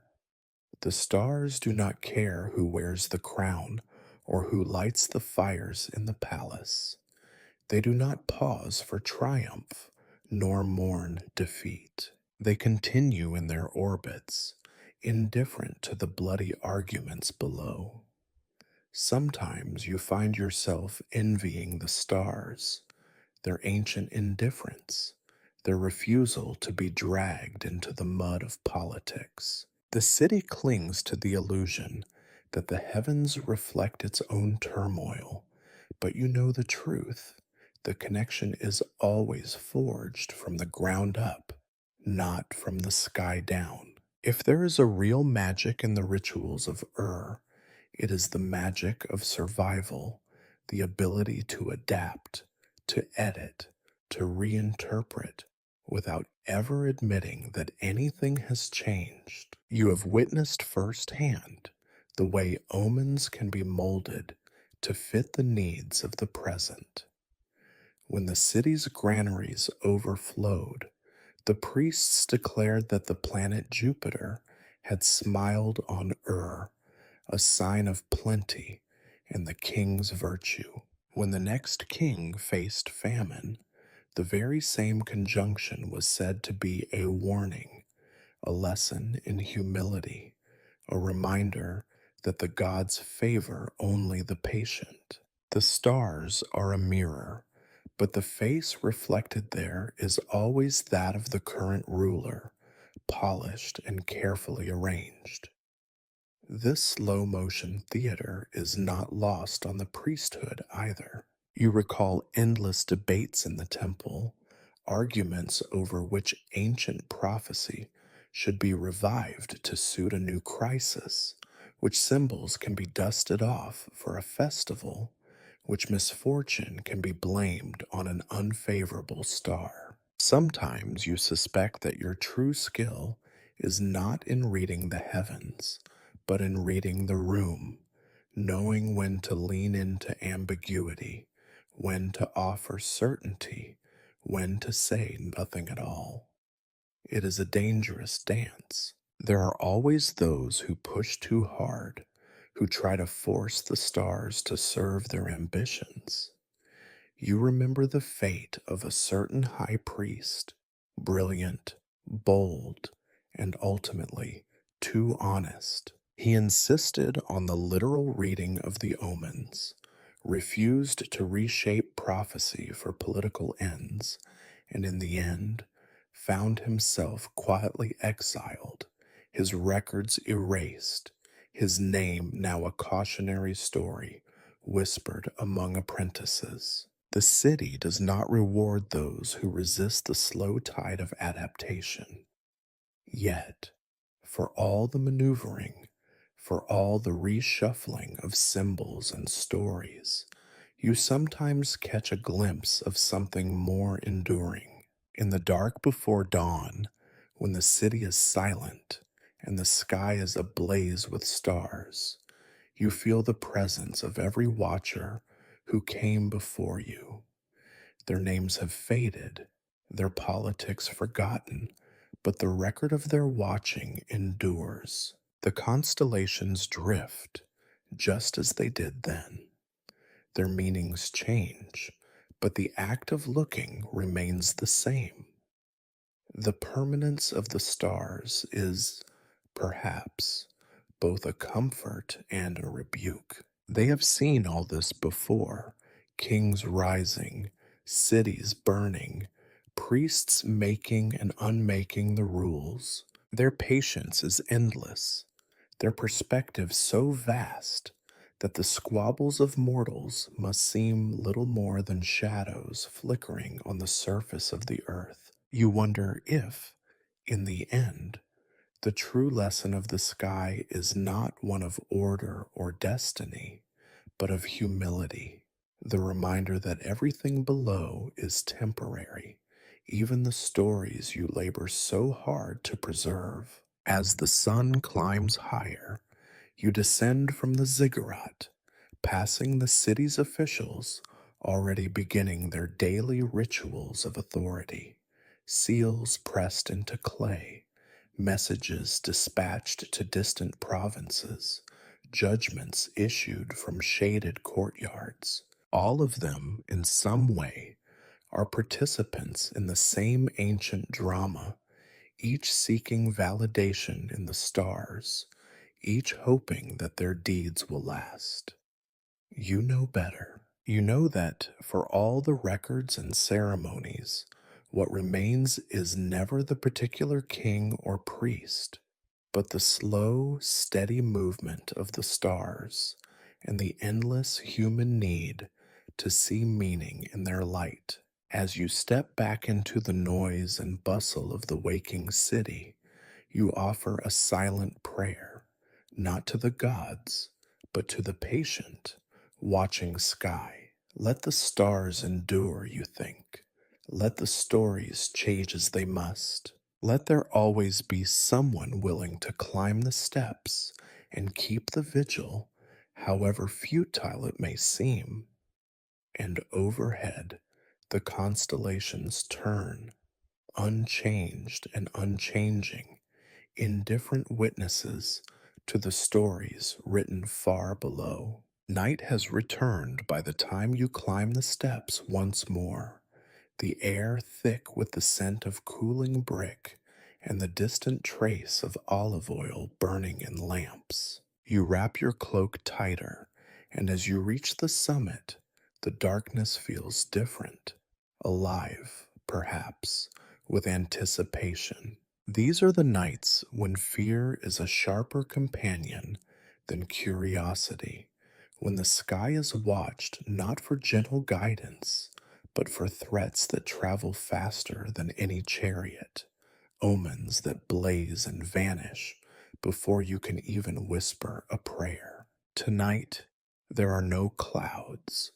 only the endless black and the steady, unblinking stars, until, with a sudden, silent violence, a streak of white fire splits the sky. A star falls, or so it seems, dragging a tail of brilliance across the darkness before burning itself to nothing. The air seems to hold its breath. You do too. It is easy to imagine that the gods have thrown down a spark in anger or warning, that this falling star is a message meant for you alone. You know, of course, the facts. Stones fall from the sky sometimes, leaving nothing but a trace in the air, a rumor in the morning, and a new hole in the city's storehouse of explanations. The records are full of such nights. On the 23rd day, a star fell in the east. On the following day, a boy was lost to fever, but the links are always forged after the fact, when fear needs a reason. Sometimes, if the star falls at the right moment, an entire season's fate is rewritten. You remember, with a chill, the story of the Great Fire some years ago. A meteor blazed across the city while the priests were performing a blessing for the coming harvest.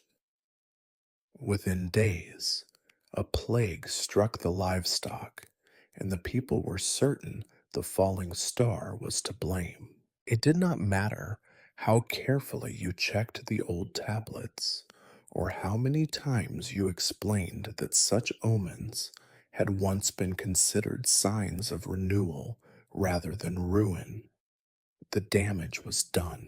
That season, more animals died than ever before, not because of the star, but because panic drove the herdsmen to slaughter healthy beasts at the first sign of illness, desperate to ward off a curse that had never been written.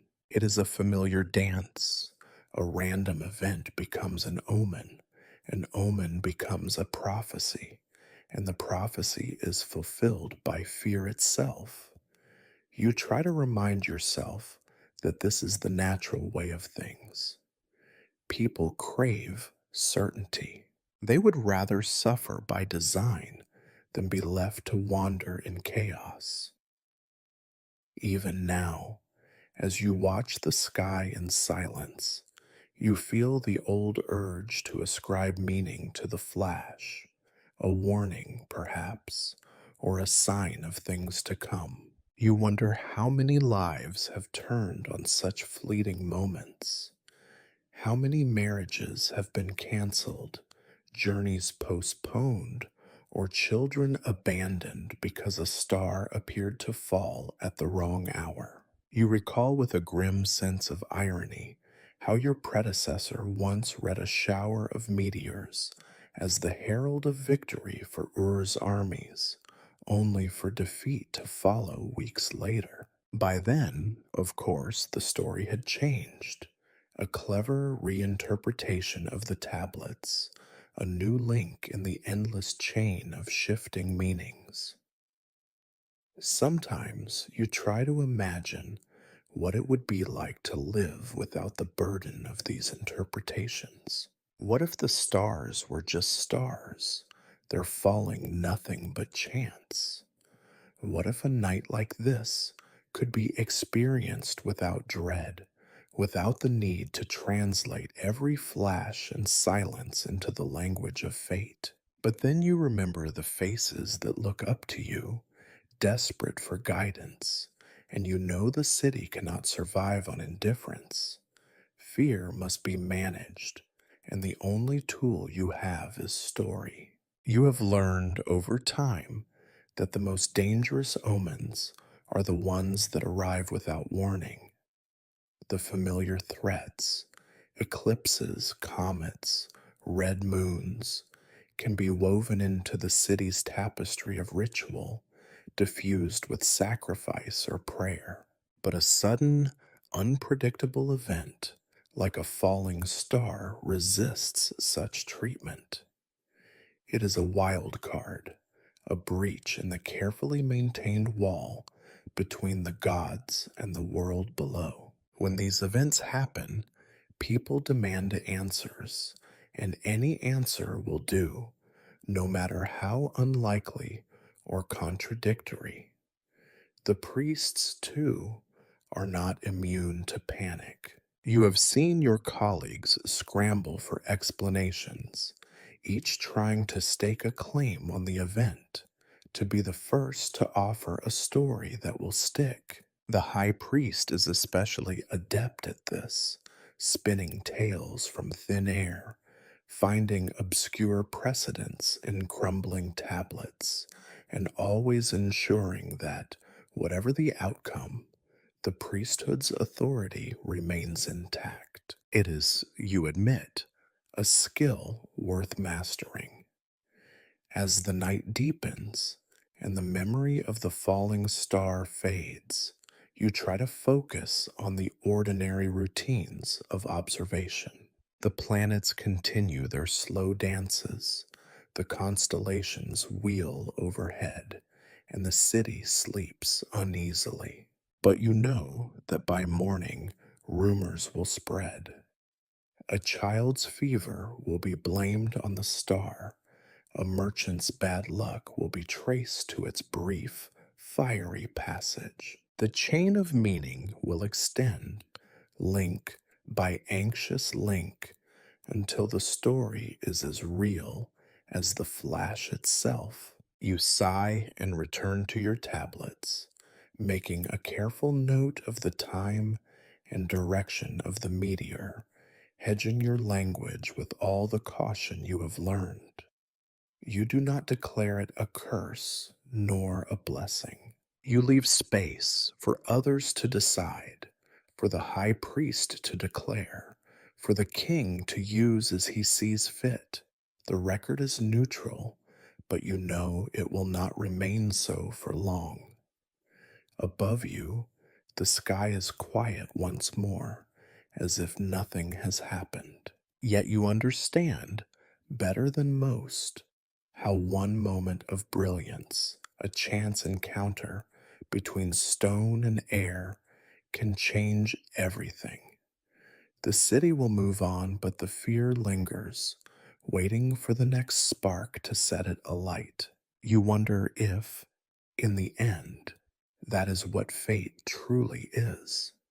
Not a path written in the stars, but the stories people tell themselves to make sense of what they cannot control. And you, sitting atop the ziggurat, are both the keeper of these stories and their prisoner. The star has long since faded from the sky, but its echo lingers in whispers along the market stalls, in quiet prayers pressed between cracked lips, in the anxious glances of mothers watching their sleeping children.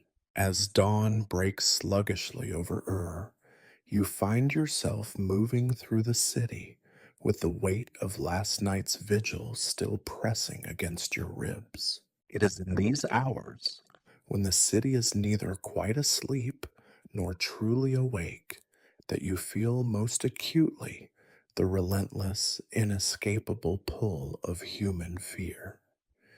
Anxiety, you have come to realize, is the secret engine of all your work. It powers the priesthood, fuels the endless rituals, even dictates the construction of the very ziggurat on which you spend so many nights. The people of do not come to you because they trust in your wisdom or believe in your divinity.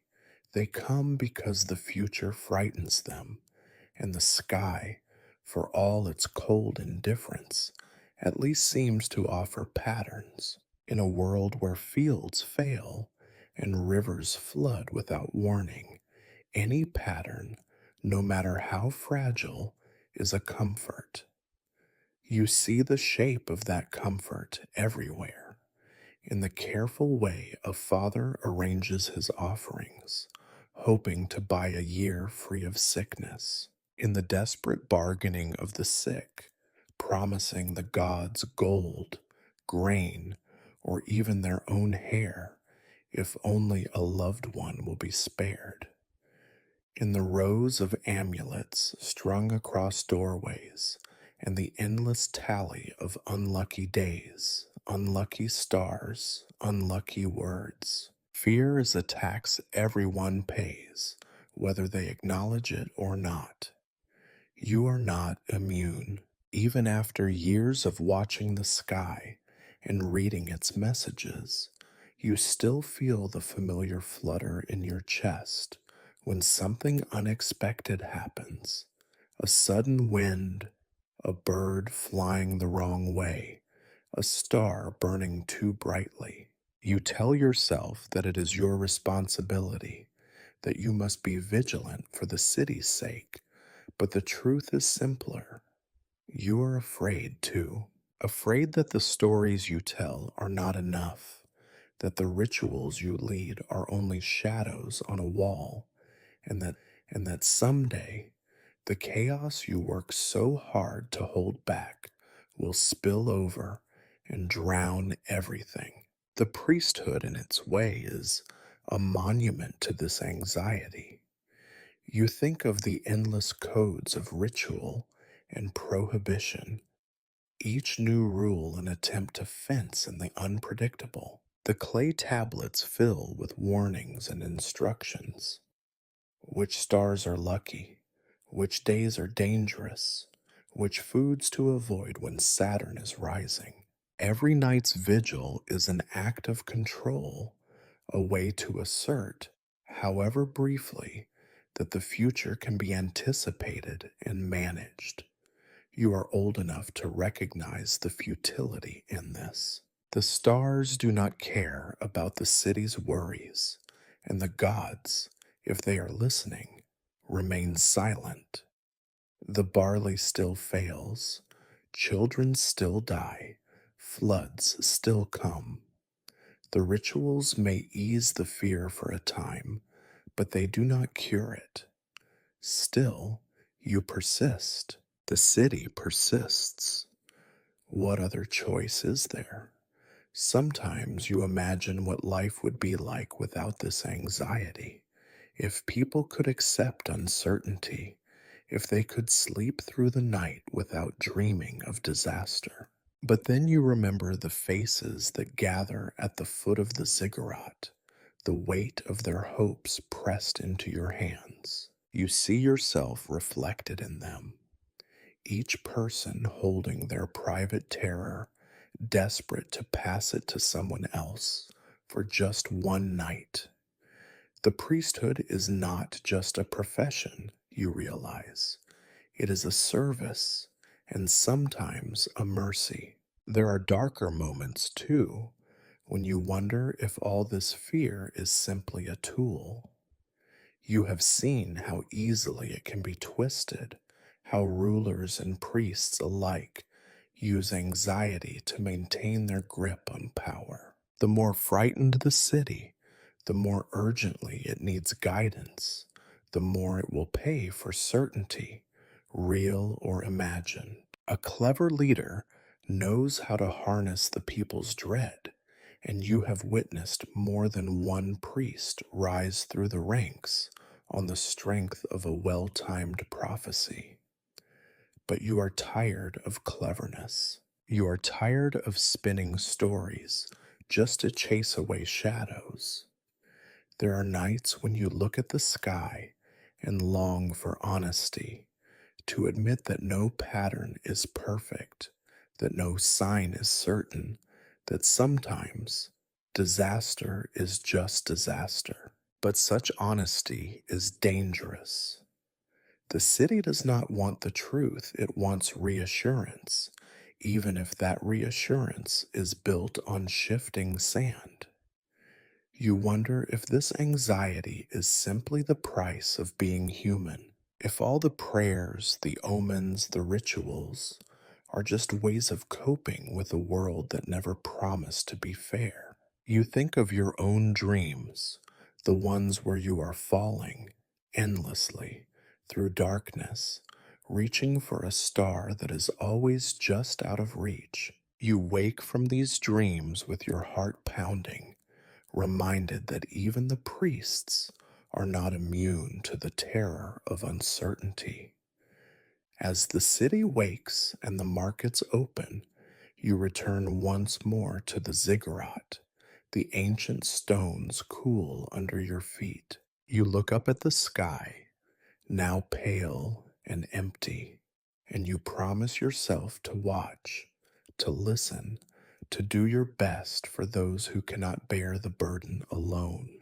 The rituals will continue, the tablets will multiply, the stories will shift, but beneath it all, the true work remains, holding the city's fear, if only for another day.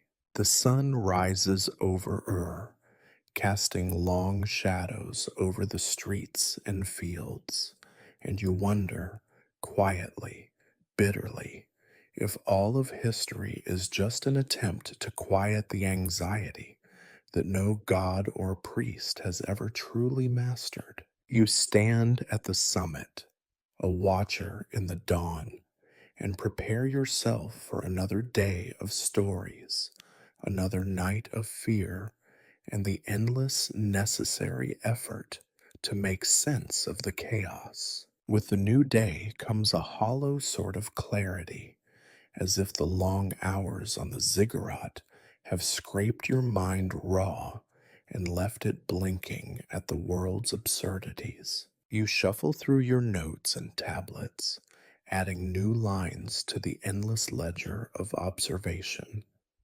Dates, omens, stories, fears. It is a comfort, or at least a habit. Yet even as you inscribe the events of another restless night, you are struck by the suspicion that all of this, watching, recording, interpreting, is less about the will of the gods and more about the desperation of mortals. You look up at the sky as it fades from pale violet to dusty blue, and you cannot help but wonder about the light that reaches you. These stars, so sharp and urgent in the darkness, are the oldest things you have ever seen. You know, from the whisperings of older priests and the careful reckoning of cycles, that some of them may already have died, their light taking centuries to cross the void. The thought is both comforting and terrifying. The heavens are a message sent from a time long before your city, your people, even your gods.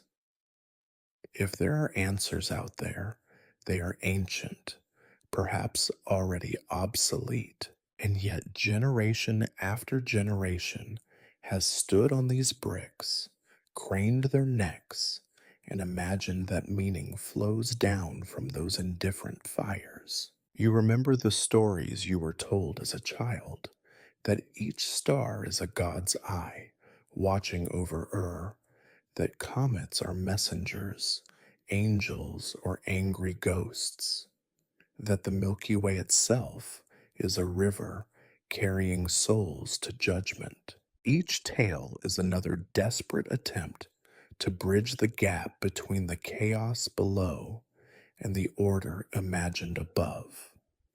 You suspect now, more than ever, that meaning is not something the sky gives you. It is something you project onto it, a silent agreement between longing and indifference. The stars are a canvas, and your people have spent millennia painting stories over their blank faces. Love and revenge, triumph and disaster, the rise and fall of kings. If you look long enough, you can find any pattern you seek: a scorpion, a plow, a serpent, a ladder to the gods.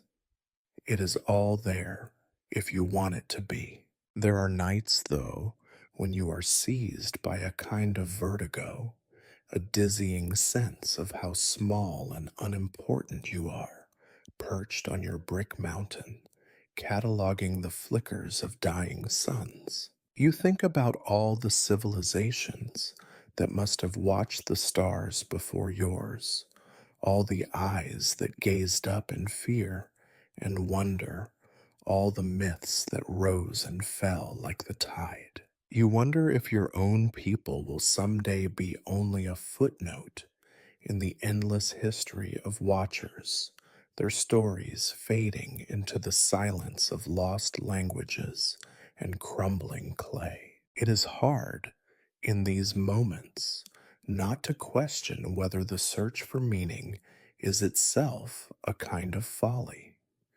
You have seen how easily stories change, how every pattern is revised to suit the needs of the present.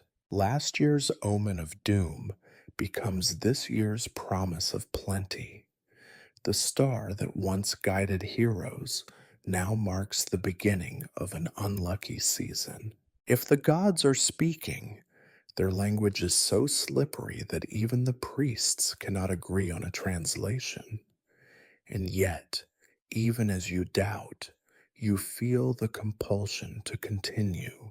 There is something irresistible about the act of searching, even if you know, deep down, that the answers will never be final. You remember the old priest who trained you, how he would squint at the horizon at dawn, lips moving in silent calculation, always a step behind the shifting sky. He knew, perhaps better than anyone, that the work would never end, but he did it anyway. We are the keepers of questions, he said once, not the holders of answers. The memory is strangely comforting. Perhaps the search itself is enough. The ritual, the repetition, the careful act of looking. Perhaps the meaning is not in the answers, but in the longing that keeps you and your city climbing the ziggurat night after night, hoping for something more than silence. Sometimes you wonder if the stars themselves are changed by your attention, if all those years of watching and wishing have left some mark on the heavens, a faint echo of your stories drifting across the cosmos. More likely, the stars go on as they always have, unbothered by mortal hope.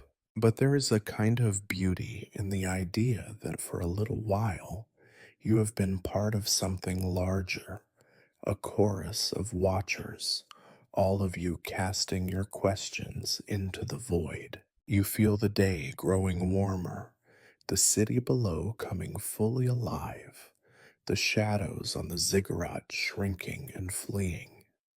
Soon you will descend, you will give your reports, you will listen to the latest requests for prophecy and reassurance. But before you go, you allow yourself one last look at the sky, now pale and almost empty, the stars lost to daylight.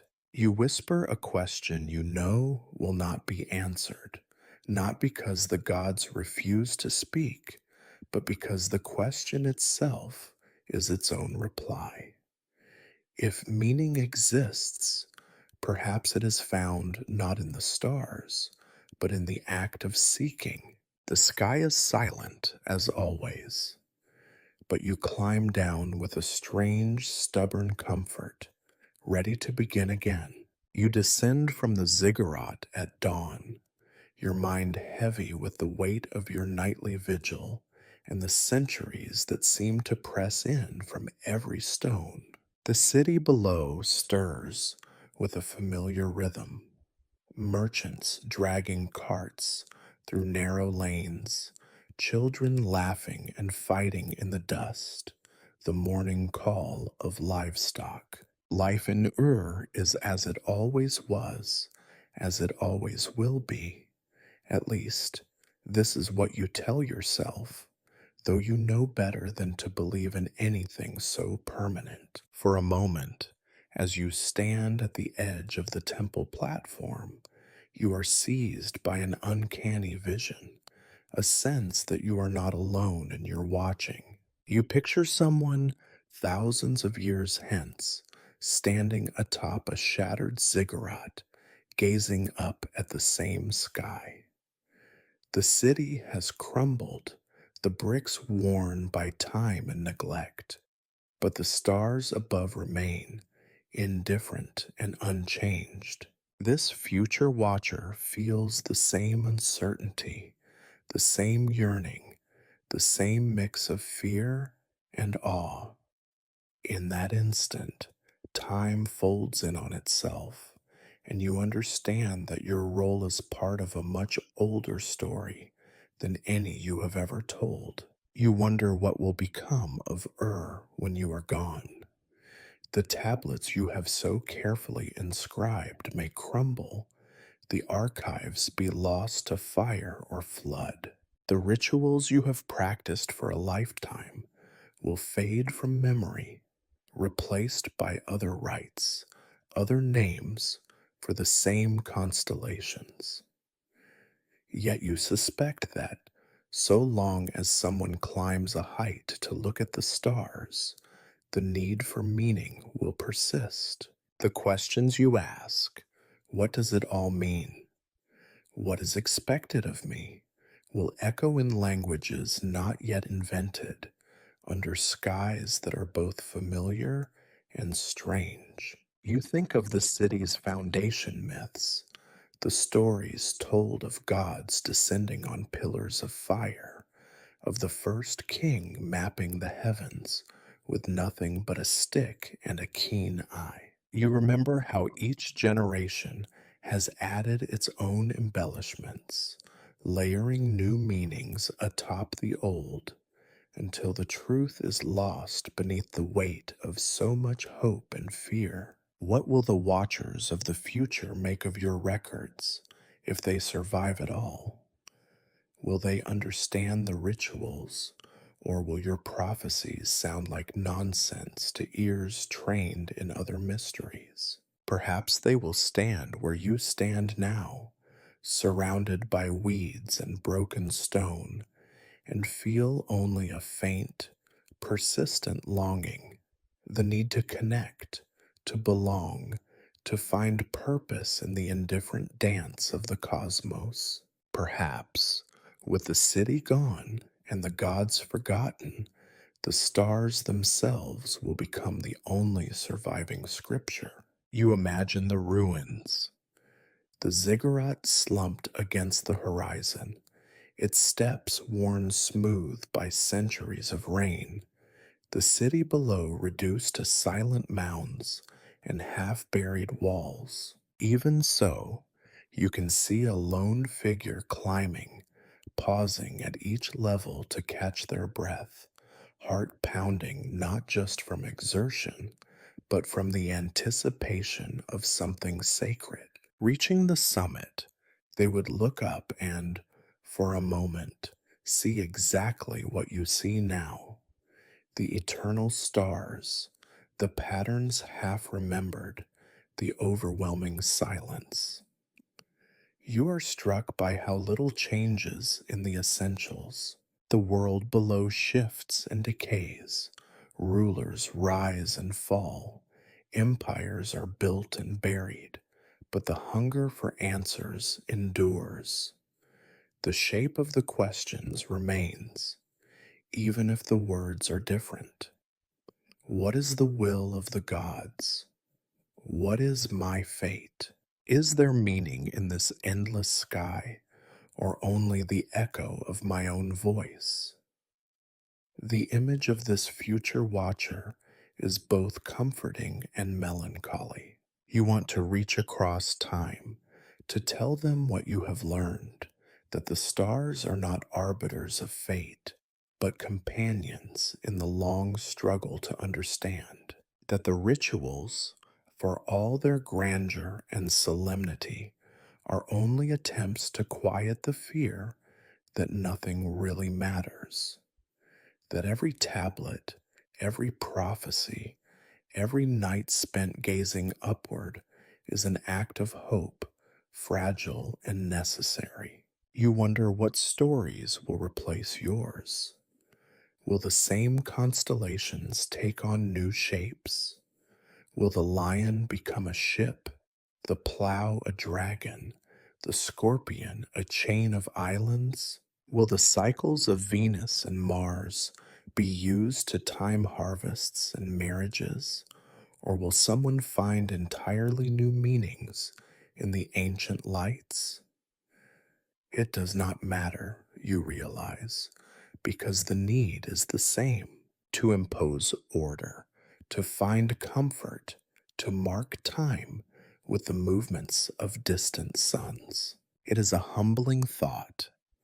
All your careful observations, your meticulous records, your anxious prayers are just one thread in a fabric that is constantly being woven and unwoven by those who come after. You feel no resentment, only a wistful gratitude to be part of something so much larger and older than yourself. As the day advances and the city's clamor returns, you feel the vision fade. The future watcher is gone, replaced by the familiar calls of merchants and the persistent worries of your own time. Yet a part of you remains on the summit, standing in solidarity with all those, past, present, and future, who have looked up and asked for meaning, and who have found, if not answers, then at least the comfort of the search. You gather your tablets, ready once more to face the day's questions and demands. But you do so now with a sense of kinship, with your ancestors, with those yet to come, and with every solitary soul who has ever stood beneath the stars and dared to wonder. Another night settles over Ur, and the city's familiar shadows stretch across the earth like the fingers of a patient, ancient hand. You make your way to the ziggurat yet again, your steps now so well practiced that you could climb them with your eyes closed. Each stone is as you remember, worn by generations, but the air tonight carries a different flavor, cooler, with the faint promise of autumn and the sharp scent of distant rain. You pause halfway up, feeling an odd mixture of weariness and anticipation, as if the night is about to offer some small, secret gift. When you finally reach the summit, you are greeted by the same stars you have seen since you were a child. They shine with the same stubborn indifference, each in its place, each performing its ancient, ceaseless dance. Yet even as you settle into your vigil, you know that no two nights are ever truly the same. The city below may sleep as it always has. The sky above may follow its familiar arc, but something subtle, shifting, reminds you that change is always at work. Some nights, the sky is swept clear by wind, every constellation etched sharp against the black. Other nights, mist softens the edges, and the stars flicker like half-remembered promises. Sometimes a cloud drifts across your view, painting slow-moving shadows over the rooftops and courtyards. Sometimes the sounds from below, laughter and argument, the lowing of cattle, reach you with an unexpected clarity, as if the boundary between your world and theirs has thinned.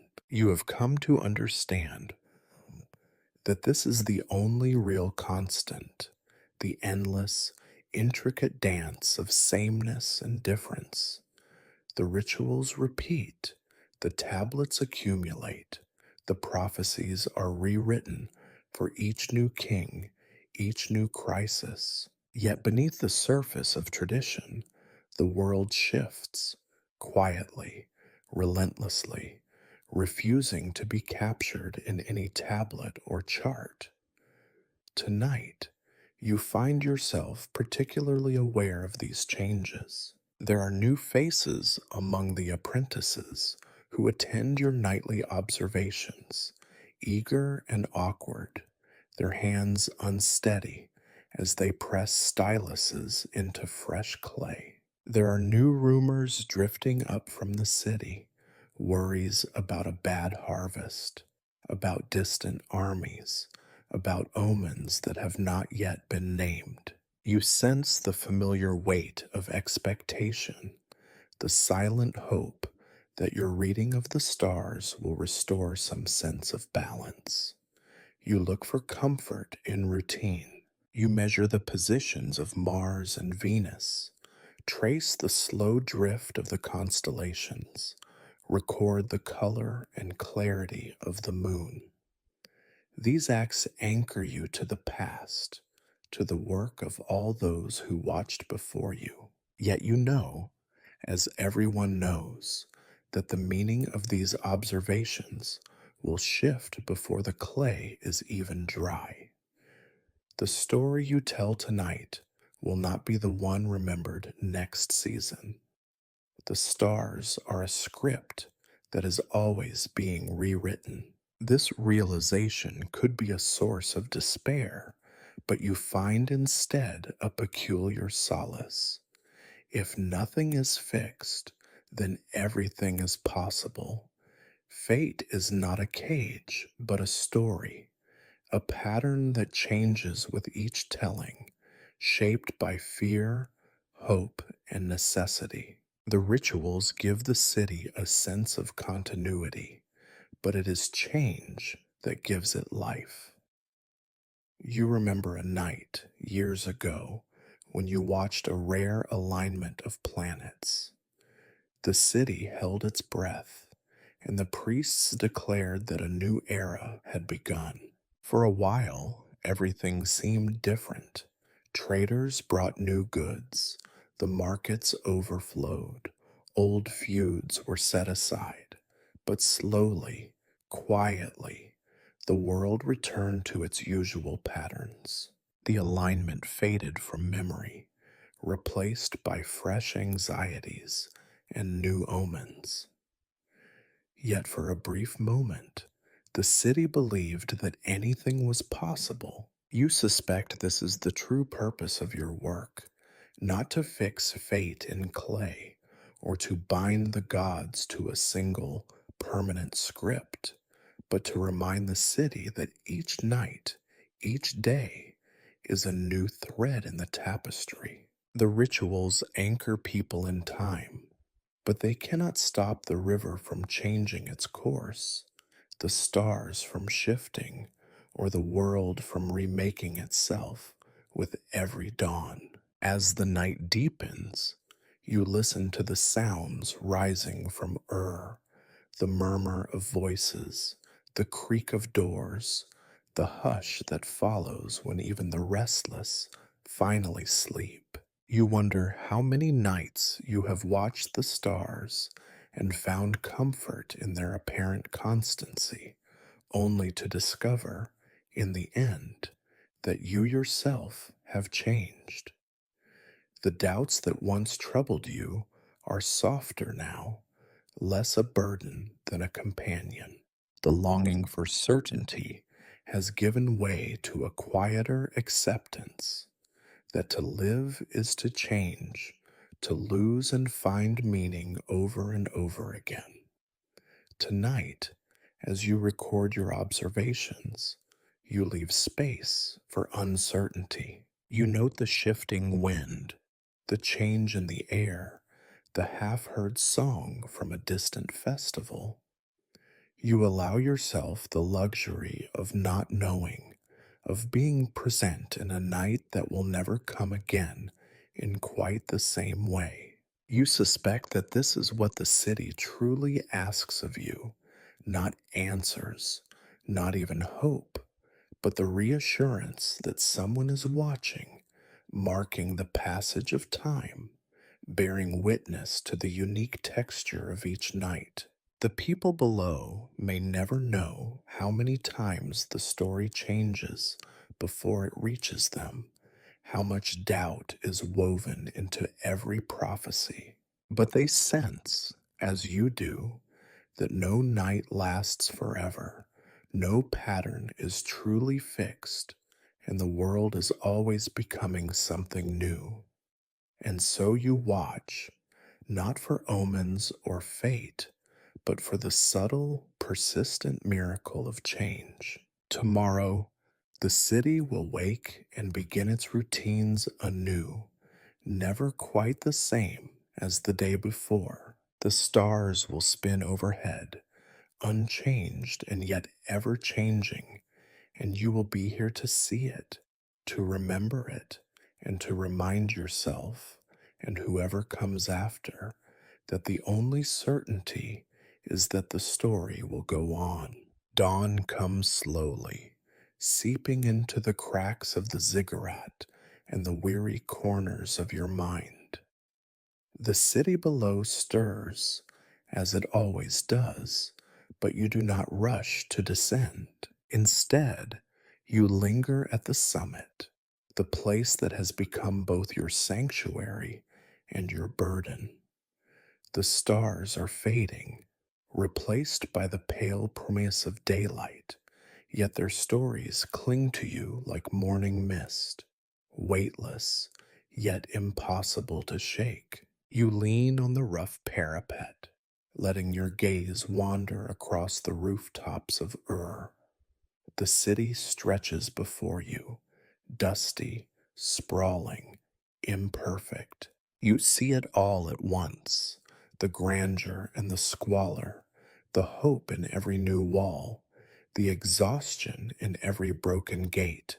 Here are the priests readying the morning sacrifices, the merchants setting out their wares, the children chasing dogs through alleys too narrow for sunlight. Each one of them, knowingly or not, has been shaped by the stories you have read into the night. You think back on the years spent climbing these steps, on the countless vigils that have blended into a single, unbroken watch. Every night you searched for signs in the stately procession of planets, in the trembling of a torch, in the silence between distant songs. You became an expert in details, each phase of the moon, each shape of a cloud, each stray dog howling at the wrong hour. You gathered facts the way that others gather debts, stacking them up until they threatened to topple under their own weight. But what is the sum of it?